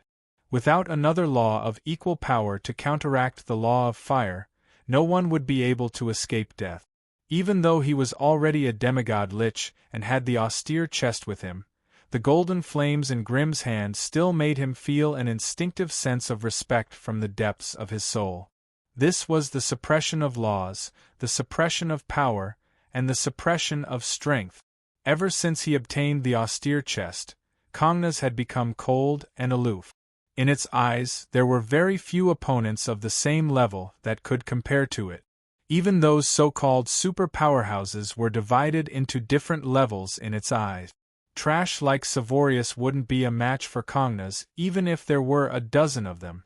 Only powerful beings like Gria, who had trained in the outer world, had the right to fight him. But now, facing the human Magus that was once so insignificant, Congnes felt a little lost and depressed. This was the power of laws. This was pure, unadulterated power of laws. He thought he was talented enough to become a demigod lich after becoming a demigod lich from a normal lich. How could he have known that the inconspicuous Grimm had already locked onto the path to Tier 5 and became a magus of laws even stronger than him? For some reason, Cognos found it hard to control his emotions at the thought. However, as a cunning lich, he wouldn't reveal his true feelings. Besides, the only thing left of its face was its crystal skull. What kind of creature in the world could tell the changes in its emotions from its white and cold bones? "Let's work together," Cognos suddenly said. Since Cognos was so powerful, he had to pull him into his camp. "We've always been allies," Grimm said. "What, are you going to forget about our previous promise?" It was only then that Cognos remembered he had made a verbal promise to serve him for 200 years. But in the past decade or so, he had only focused on fusing with the austere chest and sent a few high-order subordinates to the Horton Witchcraft Academy. Now that he thought about it, he was actually one of Grimm's subordinates. In the past, the demigod lich Tsongonis would have looked down on his status and even forced Grimm to change his promise. But now Grimm had become an expert of a higher rank and power than him, making Cognos the weaker of the two. His identity as Grimm's servant would become a reality. Chapter 1393. "But we're still friends, aren't we?" Grimm said in a sincere tone. Friends? Cognos was speechless. Anyone who dared to be friends with a demigod lich was definitely not in their right mind. After all, liches were terrifying and merciless. Everyone in the multiverse knew how terrifying they were. That was why Cognos felt extremely uncomfortable with Grimm's friendliness. "You've seen my current situation. I've already taken half a step forward. Even though I haven't been completely rejected by the Magus world, I don't have much time left in the plane." Grimm smiled as he explained, "Once I leave the Magus world and head to the outer regions, I'll be all alone once more. I'm afraid I'll need your help with many things, my friend." While Grimm didn't say it outright, it was obvious how much he valued Cognos. Cognos was already a demigod lich. With the Winter Casket, he would have no problem becoming a Grand Lich. Although Grimm had left half a step earlier than him, in terms of individual combat ability, Grimm was not much inferior to him. That was why he had to plan ahead and get on good terms with the Lich that was destined to rise. That way, Grimm wouldn't be in the dark when he came to the Outlands. He wouldn't be without a partner to help him. Strength, influence, connections, resources. Those were all essential factors for a great magus to grow. Not a single one could be left out. Cognos's doubts were immediately dispelled the moment he returned to the old path of balancing benefit. He even felt a sense of selfishness. Grimm needed a strong ally as external aid, and Cognos needed the same. Once he reached the 5th step and became a divine Great Lich, he would have the right to raise his own banner in the Liches Union and recruit some unlucky liches to help him. It should be known that in most spellcasters' organizations, they had always discriminated against and rejected liches who violated the cycle of life and broke the boundary between life and death. There were even many orthodox spellcasters who loathed and hated liches. Once they were discovered, they would definitely get rid of them. As a result, the low-ranked members of the Liches Union could only hide like rats in the sewers. They couldn't openly call themselves spellcasters, and it was difficult for them to obtain the necessary resources and knowledge. Cognos, on the other hand, had made a name for himself. He only managed to get through that difficult period with his powerful foundation. However, even so, it was still difficult for it to find a suitable trading partner for many high-level knowledge and rare resources. After all, the sinister image of liches was too deeply ingrained in people's hearts. Not many spellcaster organizations were willing to deal with them. Conversely, if Cognos had a powerful legendary fire magus as a partner, he might be able to open a path to becoming a magus. That way, it would be much easier for him to obtain knowledge and resources. With resources and strength, it would no longer be a dream to form a force of their own in the Lich Alliance. As for the necropolis of the god of death, it had helped the great Lich Alliance rope in a future powerful wizard. So what if they lost a little lich? The moment he thought of that, his attitude changed drastically and he became much closer to Grimm. Congenus and Congenus were both loners in their own tribes and had few partners. Now that they had a common goal, they instantly formed an alliance and became good partners with stable interests. Now that they had a common goal, they instantly formed an offensive and defensive alliance and became a good partner with stable interests and demands. Congenus made up his mind to set up a magic lab near the spatial fissure in the near future to study Grimm's progress. He made up his mind to set up a laboratory near the spatial fissure in the near future so he could study Grimm's progress. In return, he would give Grimm the secrets of the endless void he had gathered so that he could familiarize himself with the outside world as soon as possible. It was a fair deal for both sides to take what they needed. After appeasing the demigod Lich, Grimm scanned his surroundings. These days, he had a strange feeling that he was being watched. However, no matter how hard Grimm tried, he could not locate the mysterious guy who had been hiding in the dark and spying on him. It wasn't the Oracle Tower's scroll scholars, because those guys had turned into giant eagles and clouds. Although they hid very well, they still couldn't escape Grimm's mental perception. It couldn't be someone sent by the Magus Association either. Based on what Grimm knew, the Association was in much more trouble than the Central Continent. The ones who came out of Black Ink Valley were the Lords of Calamity that dominated the multiverse. They were stronger than the abyssal demons in every aspect. If they were still in the mood to stir up trouble in the Central Continent, Grimm wouldn't mind taking a stroll in the east and seeing the sights of Black Ink Valley. While Grimm had never confirmed the existence of that mysterious figure, he could feel the plane's consciousness warning him of danger through the laws of the plane. Having just repelled the abyssal invasion, he had a close relationship with the plane's consciousness. It was understandable that he would be treated this way. It was a pity that Grimm didn't know much about foresight and divination, so he couldn't get more detailed information from the plane's consciousness. As for Alice, she had been invited to the spirit realm by Star Spirit Turaz some time ago and had yet to return. Hence, Grimm could only observe silently and compare carefully, hoping to use the AI chip's help to find the location of the Watcher. It was a pity that the other party seemed to be a powerhouse with special methods. No matter what he did, he could only guess the other party's existence, but he couldn't prove it. This gave Grimm an ominous premonition. Grimm stood still in his original spot. Over the past few days, his only job was to stand guard here and let the flames that surged out of the heart of Law slowly radiate and transform his body. He only had 3 pieces of magic equipment on him.